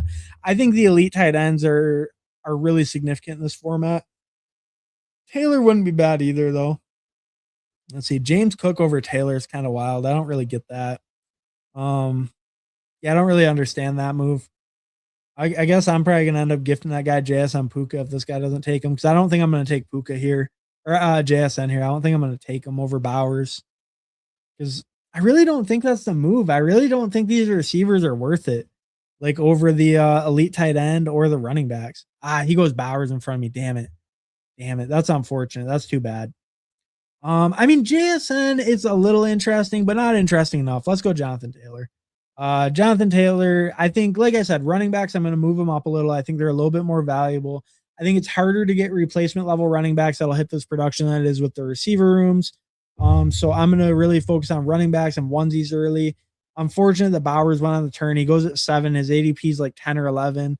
I would have picked him at 8. So a little unfortunate there, but it's fine. You know, not a big deal. But yeah, that feels like a good double anchor though up top. I mean, I guess I'm not really worried about construction in that sense. Like I'm still gonna take another running back probably, and then Trey McBride's the next one on my list. So it's like it would be like Ken Walker here. So I would be like probably like this: Saquon Walker, Trey McBride, Chase Brown, Hampton. I guess Nick Paint's in here. He can see my queue. Not great. He takes Chase Brown. That's fine. Um, will the guy on the turn? Oh, Walker goes. Okay, will the guy on the turn do bully tight end, or does he know about the meta? Does he know bully tight end's good? Let's see. Let's see what he knows. Let's see if he knows if bully tight end works in this format. Because generally, you wouldn't think you want to pair up Brock Bowers and Trey McBride, but we'll see if he knows that bully tight end's okay in this format or not. Hopefully, he doesn't know. Hopefully, he doesn't know the tech, and I can get Trey McBride back. But he might do it. He might go 0-2-0-2, which I think is a totally viable build in this format. He does know the tech. He didn't have a badge. I thought he wouldn't, but he did. Unfortunate for me. I think here would be a good spot to get in that receiver. Man, Neighbors or AJ Brown. See, because Neighbors should go higher in this format because if he does miss some weeks, it doesn't really hurt as much because the other receivers are gonna be insane. But I do think AJ Brown could be the wide receiver 1 overall. I was saying that earlier. I do love Drake May. So I want to get Drake May. I definitely am getting elite quarterbacks in this build no matter what. Really unfortunate the tight ends. This guy knew ball. I shouldn't have pushed the tight ends past him, I guess. But he knew what to do. So we're definitely gonna look at Loveland. We're definitely gonna look at Warren. Josh Allen should be gone by the time it comes back to me. I'll definitely take Josh Allen if he's available. But I wouldn't mind Lamar or Drake May. I would take Drake May over Burrow having the stack already. Yeah, it's a little tough here. What am I gonna do? I feel like I should keep piling up their receivers for right now. I should keep piling up the receivers probably for right now. I should maybe get Warren after this turn, like at 32. I should maybe consider Warren at 32 because he should be there. This guy shouldn't go three tight ends. Three tight ends is kind of bad, but the double anchor isn't bad. Let's go Devontae Smith, or do we? Let's go Lamar. Let's go Lamar because I want to see if I can get Zay, and then I want to see if I can come back and get Drake May, and then I can get the double elite QB since I already kind of got put behind at tight end. I could get Warren also. Kind of tough there. Do I want Warren? Do I want Zay and I can build like a big Ravens thing?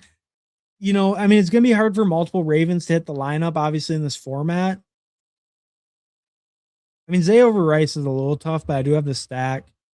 I don't know, Zay or Warren? Zay or Warren? That's the tough decision for me.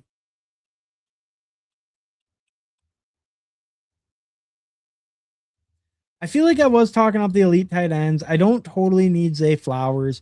Let's get Warren. We already have Derrick Henry paired up with Lamar. We don't have to go crazy overstacking a team. It's not like they're all going to hit in this format where my other players are so strong. I don't need to go so crazy overstacking it.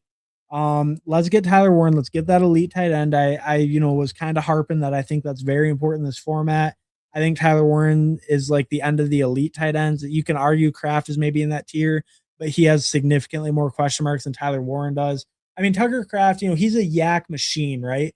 But his average yards per reception last year, his average yards per like catch, like how do you call it? Like where he caught the ball, his average like air yards per reception, I guess it would be, was only like 4 yards. And then he got like the most yak in the league for any tight end by far, like 11 yards of yak per catch or something, or 11 yards per reception, but like 7 or 8 yards of yak per reception, which is insane. And I think he is a yak machine. He's shown it for multiple years. He's been the best tight end at yak in the NFL. Him and George Kittle are kind of the only guys really fighting for that crown. But with Kraft coming off the torn ACL, I think it could hamper that ability a little bit, especially early. Um, okay, wait a minute. Let's go T Higgins because that way, yeah, let's go T Higgins because that opens me up to Burrow or Drake May, and I think I want one of them with this next pick.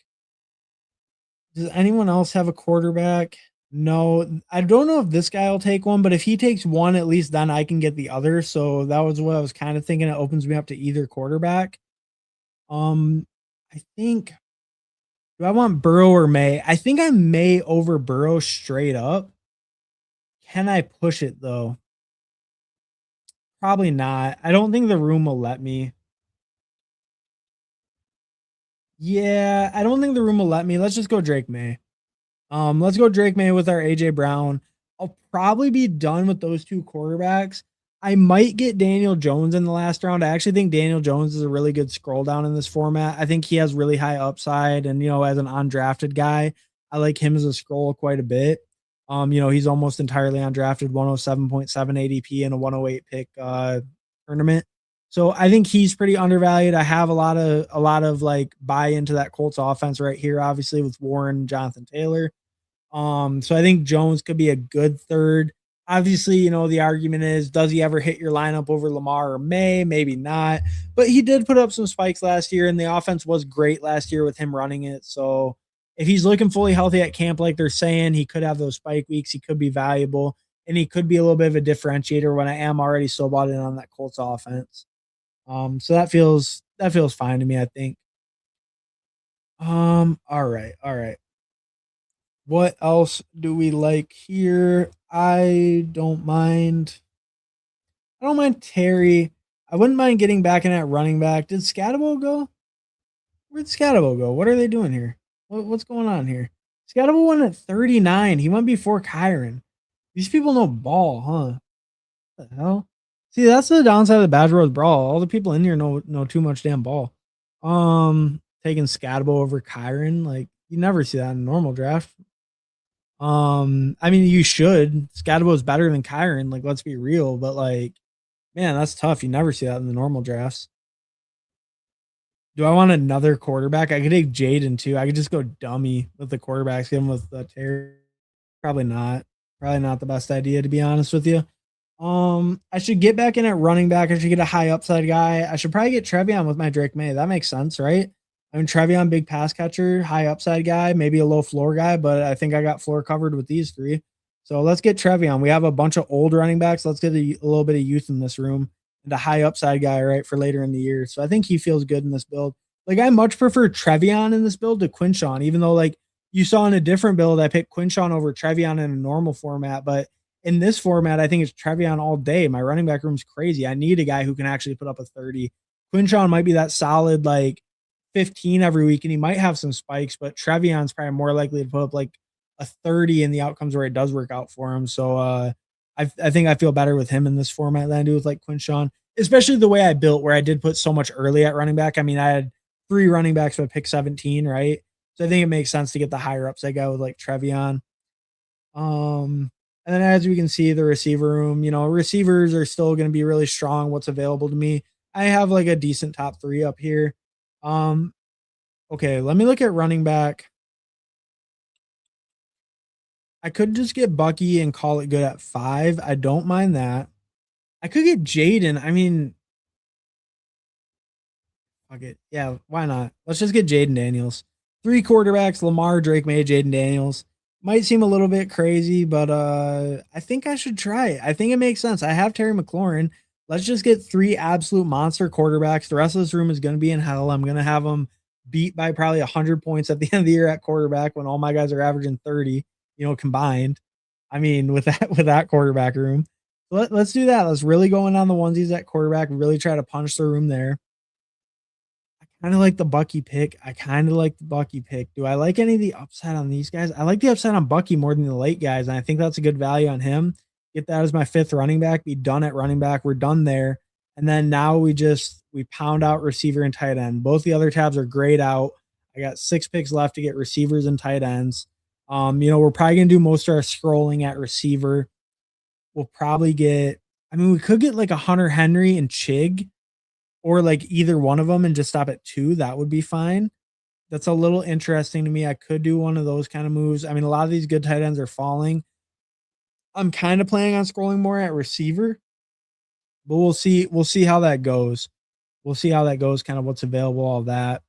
But I think this is generally kind of how I'm building. The quarterbacks, I went way crazier than I normally would. Like, usually I'd maybe even stop at 2, but Jaden kept falling and I did pick Terry McLaurin. So, let's get the stack. What if they blow up in the money weeks? Then you're gonna, wish you had that stack, right? So I kind of like locking that up. That feels pretty good. Kyle Pitts could have some big weeks. I don't mind that. Jordan Tyson's a guy I like a lot. I think he's kind of gonna be a boom bust guy. Could be a big winner like some weeks, could have some weeks with some pretty low floor, right? As just a rookie on that offense. Could get hurt halfway through the year. He's been hurt more years in college than not.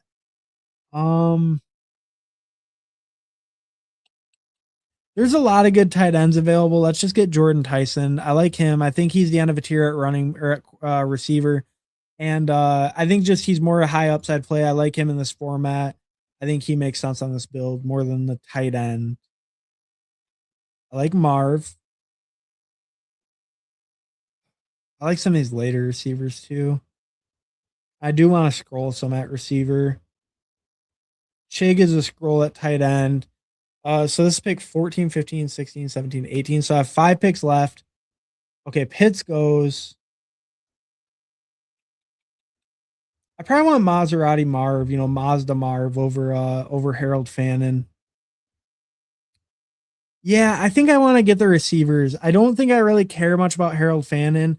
I'm pretty happy getting like Andrews or Chig in the very last round and just kind of stacking them out with my quarterbacks. Or I guess, yeah, Andrews with Lamar or Chig with Jaden. even Hunter Henry wouldn't be bad with Drake May. So I wouldn't mind doing something like that at the end. So I think I'll just pass on the other tight end. I'll kind of lean into Tyler Warren, be my elite tight end. And then I'll just kind of stack out receiver and then maybe get a tight end closer to the end who's a little bit of a scroll. Like Hunter Henry would be a scroll. Who would be a scroll at receiver that I like? I guess that's kind of more the question. KC would be a decent one. I mean, he goes almost undrafted. Jacoby Lane has the same ADP as Casey Conception. It's pretty funny because it's like people are scrolling to Jacoby Lane and they're getting the same exposure as you get on KC Conception. And they're picking Jacoby Lane. It's like kind of crazy, right? Okay, what do I like here? I don't mind the Mark Andrews. Makai Lemon. I mean, Makai Lemon as a rookie, big upside swing. I'm worried about how I'll do early in the year, but rookie first round pick on a good offense. I don't mind that bet. I think that's a pretty fair bet this late. And then so we'd have 3 picks left. We do want to get some scrolls in. Let's look at tight end. I think I want Chig. I think Chig makes sense. Terrence Ferguson actually makes sense as well. I like both these tight ends. What receivers do I like? I don't mind. Jaden Reed goes. I would have liked Jaden Reed. That's kind of a good one. I like him on teams like this or in this format. I like Jordan Addison a ton in this format. I think Jordan Addison's another one of those guys where it's like he can give you weeks where he scores 0 points. I mean, he can totally zero out or just give you really bad floor weeks, but I don't care about floor. And he can spike really hard. He can win deep down the field. He's been a huge touchdown guy. Maybe not last year with JJ McCarthy, but 2 years before that, 9 touchdowns, 10 touchdowns. He can really give you big spikes. I think he makes a lot of sense in this format specifically. I like Jaden Reed in general, but in this format, I really like him. I think that makes sense. And he's a little bit of a scroll. We're not picking from the very pico top. He is kind of in that range. It's not a crazy big scroll, but he's a little bit of a scroll in this format. And then I probably would like Casey Conception. Boston wouldn't be bad. Boston's a big scroll. Travis Hunter's a really good scroll. I don't mind that at all. Sometimes it's weird. Wicks not really, especially with Makai Lemon. Omar Cooper's not a bad scroll. Jade Walker has a higher ADP than Omar Cooper, so some of those you can definitely get interesting with. Torrey Horton, if you want to get really wild, it probably won't do something like that.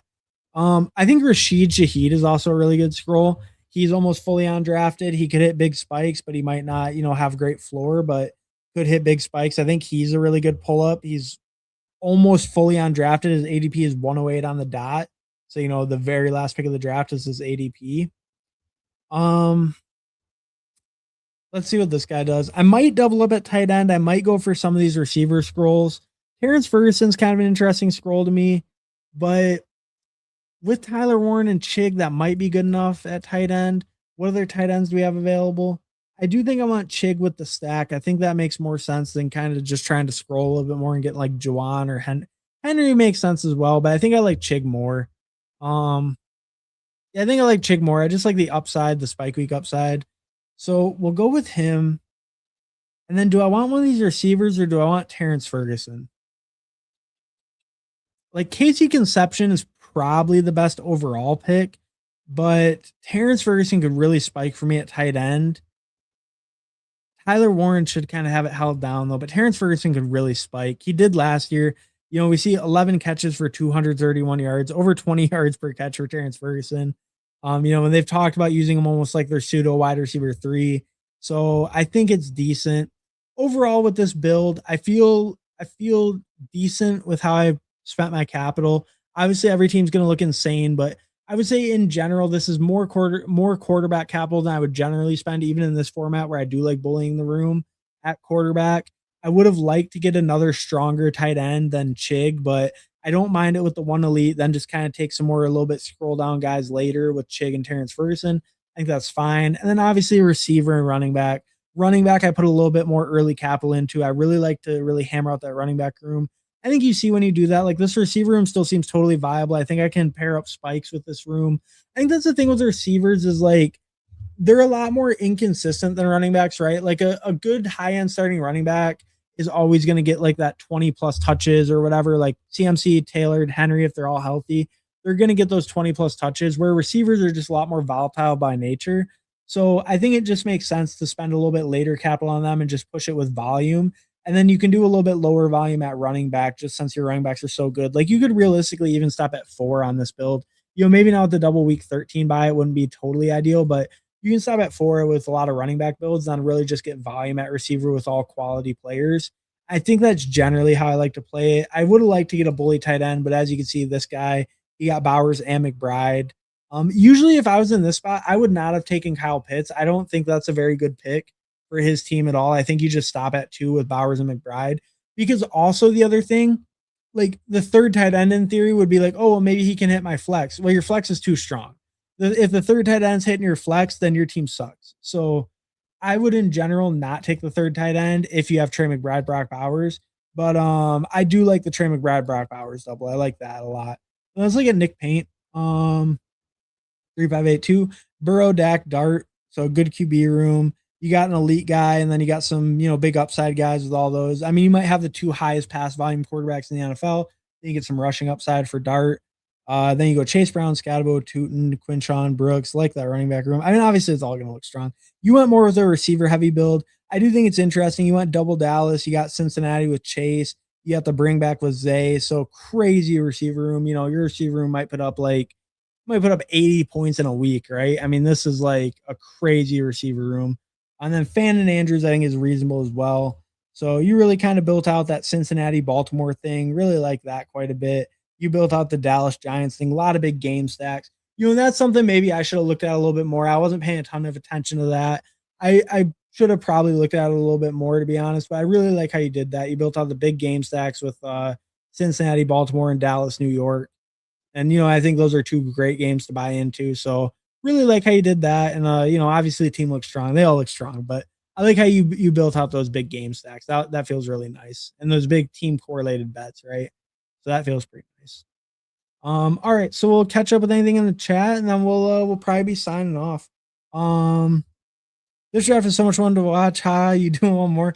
No, I think I gotta sign off for tonight. It's getting a little later. I haven't had dinner yet. I gotta eat some dinner. I will be back on tomorrow though. We got a special guest, the Best Ball Guy. So I'm pretty excited for that. I was on Best Ball Guy's channel like a week or 2 ago. But definitely real excited to have him on. That'll be a good time, so real excited for that. That'll be tomorrow at 5:30 Pacific, 8:30 Eastern. And yeah, I guess let's also check. I think some people are live right now. I'll drop a link in case you guys want to go to some other drafts. Best Ball Guy's actually live right now, so check out the Best Ball Guy. We'll drop his link in the chat. Obviously, I'm sure you guys all know about the Best Ball Guy, but we'll drop it in the chat. So head over there if you want to watch more drafts. There's a couple people live right now drafting. But hey, thanks everyone so much for stopping by, drafting with me, chatting with me. Always a good time, always enjoyable. Hopefully see you guys again tomorrow. Peace.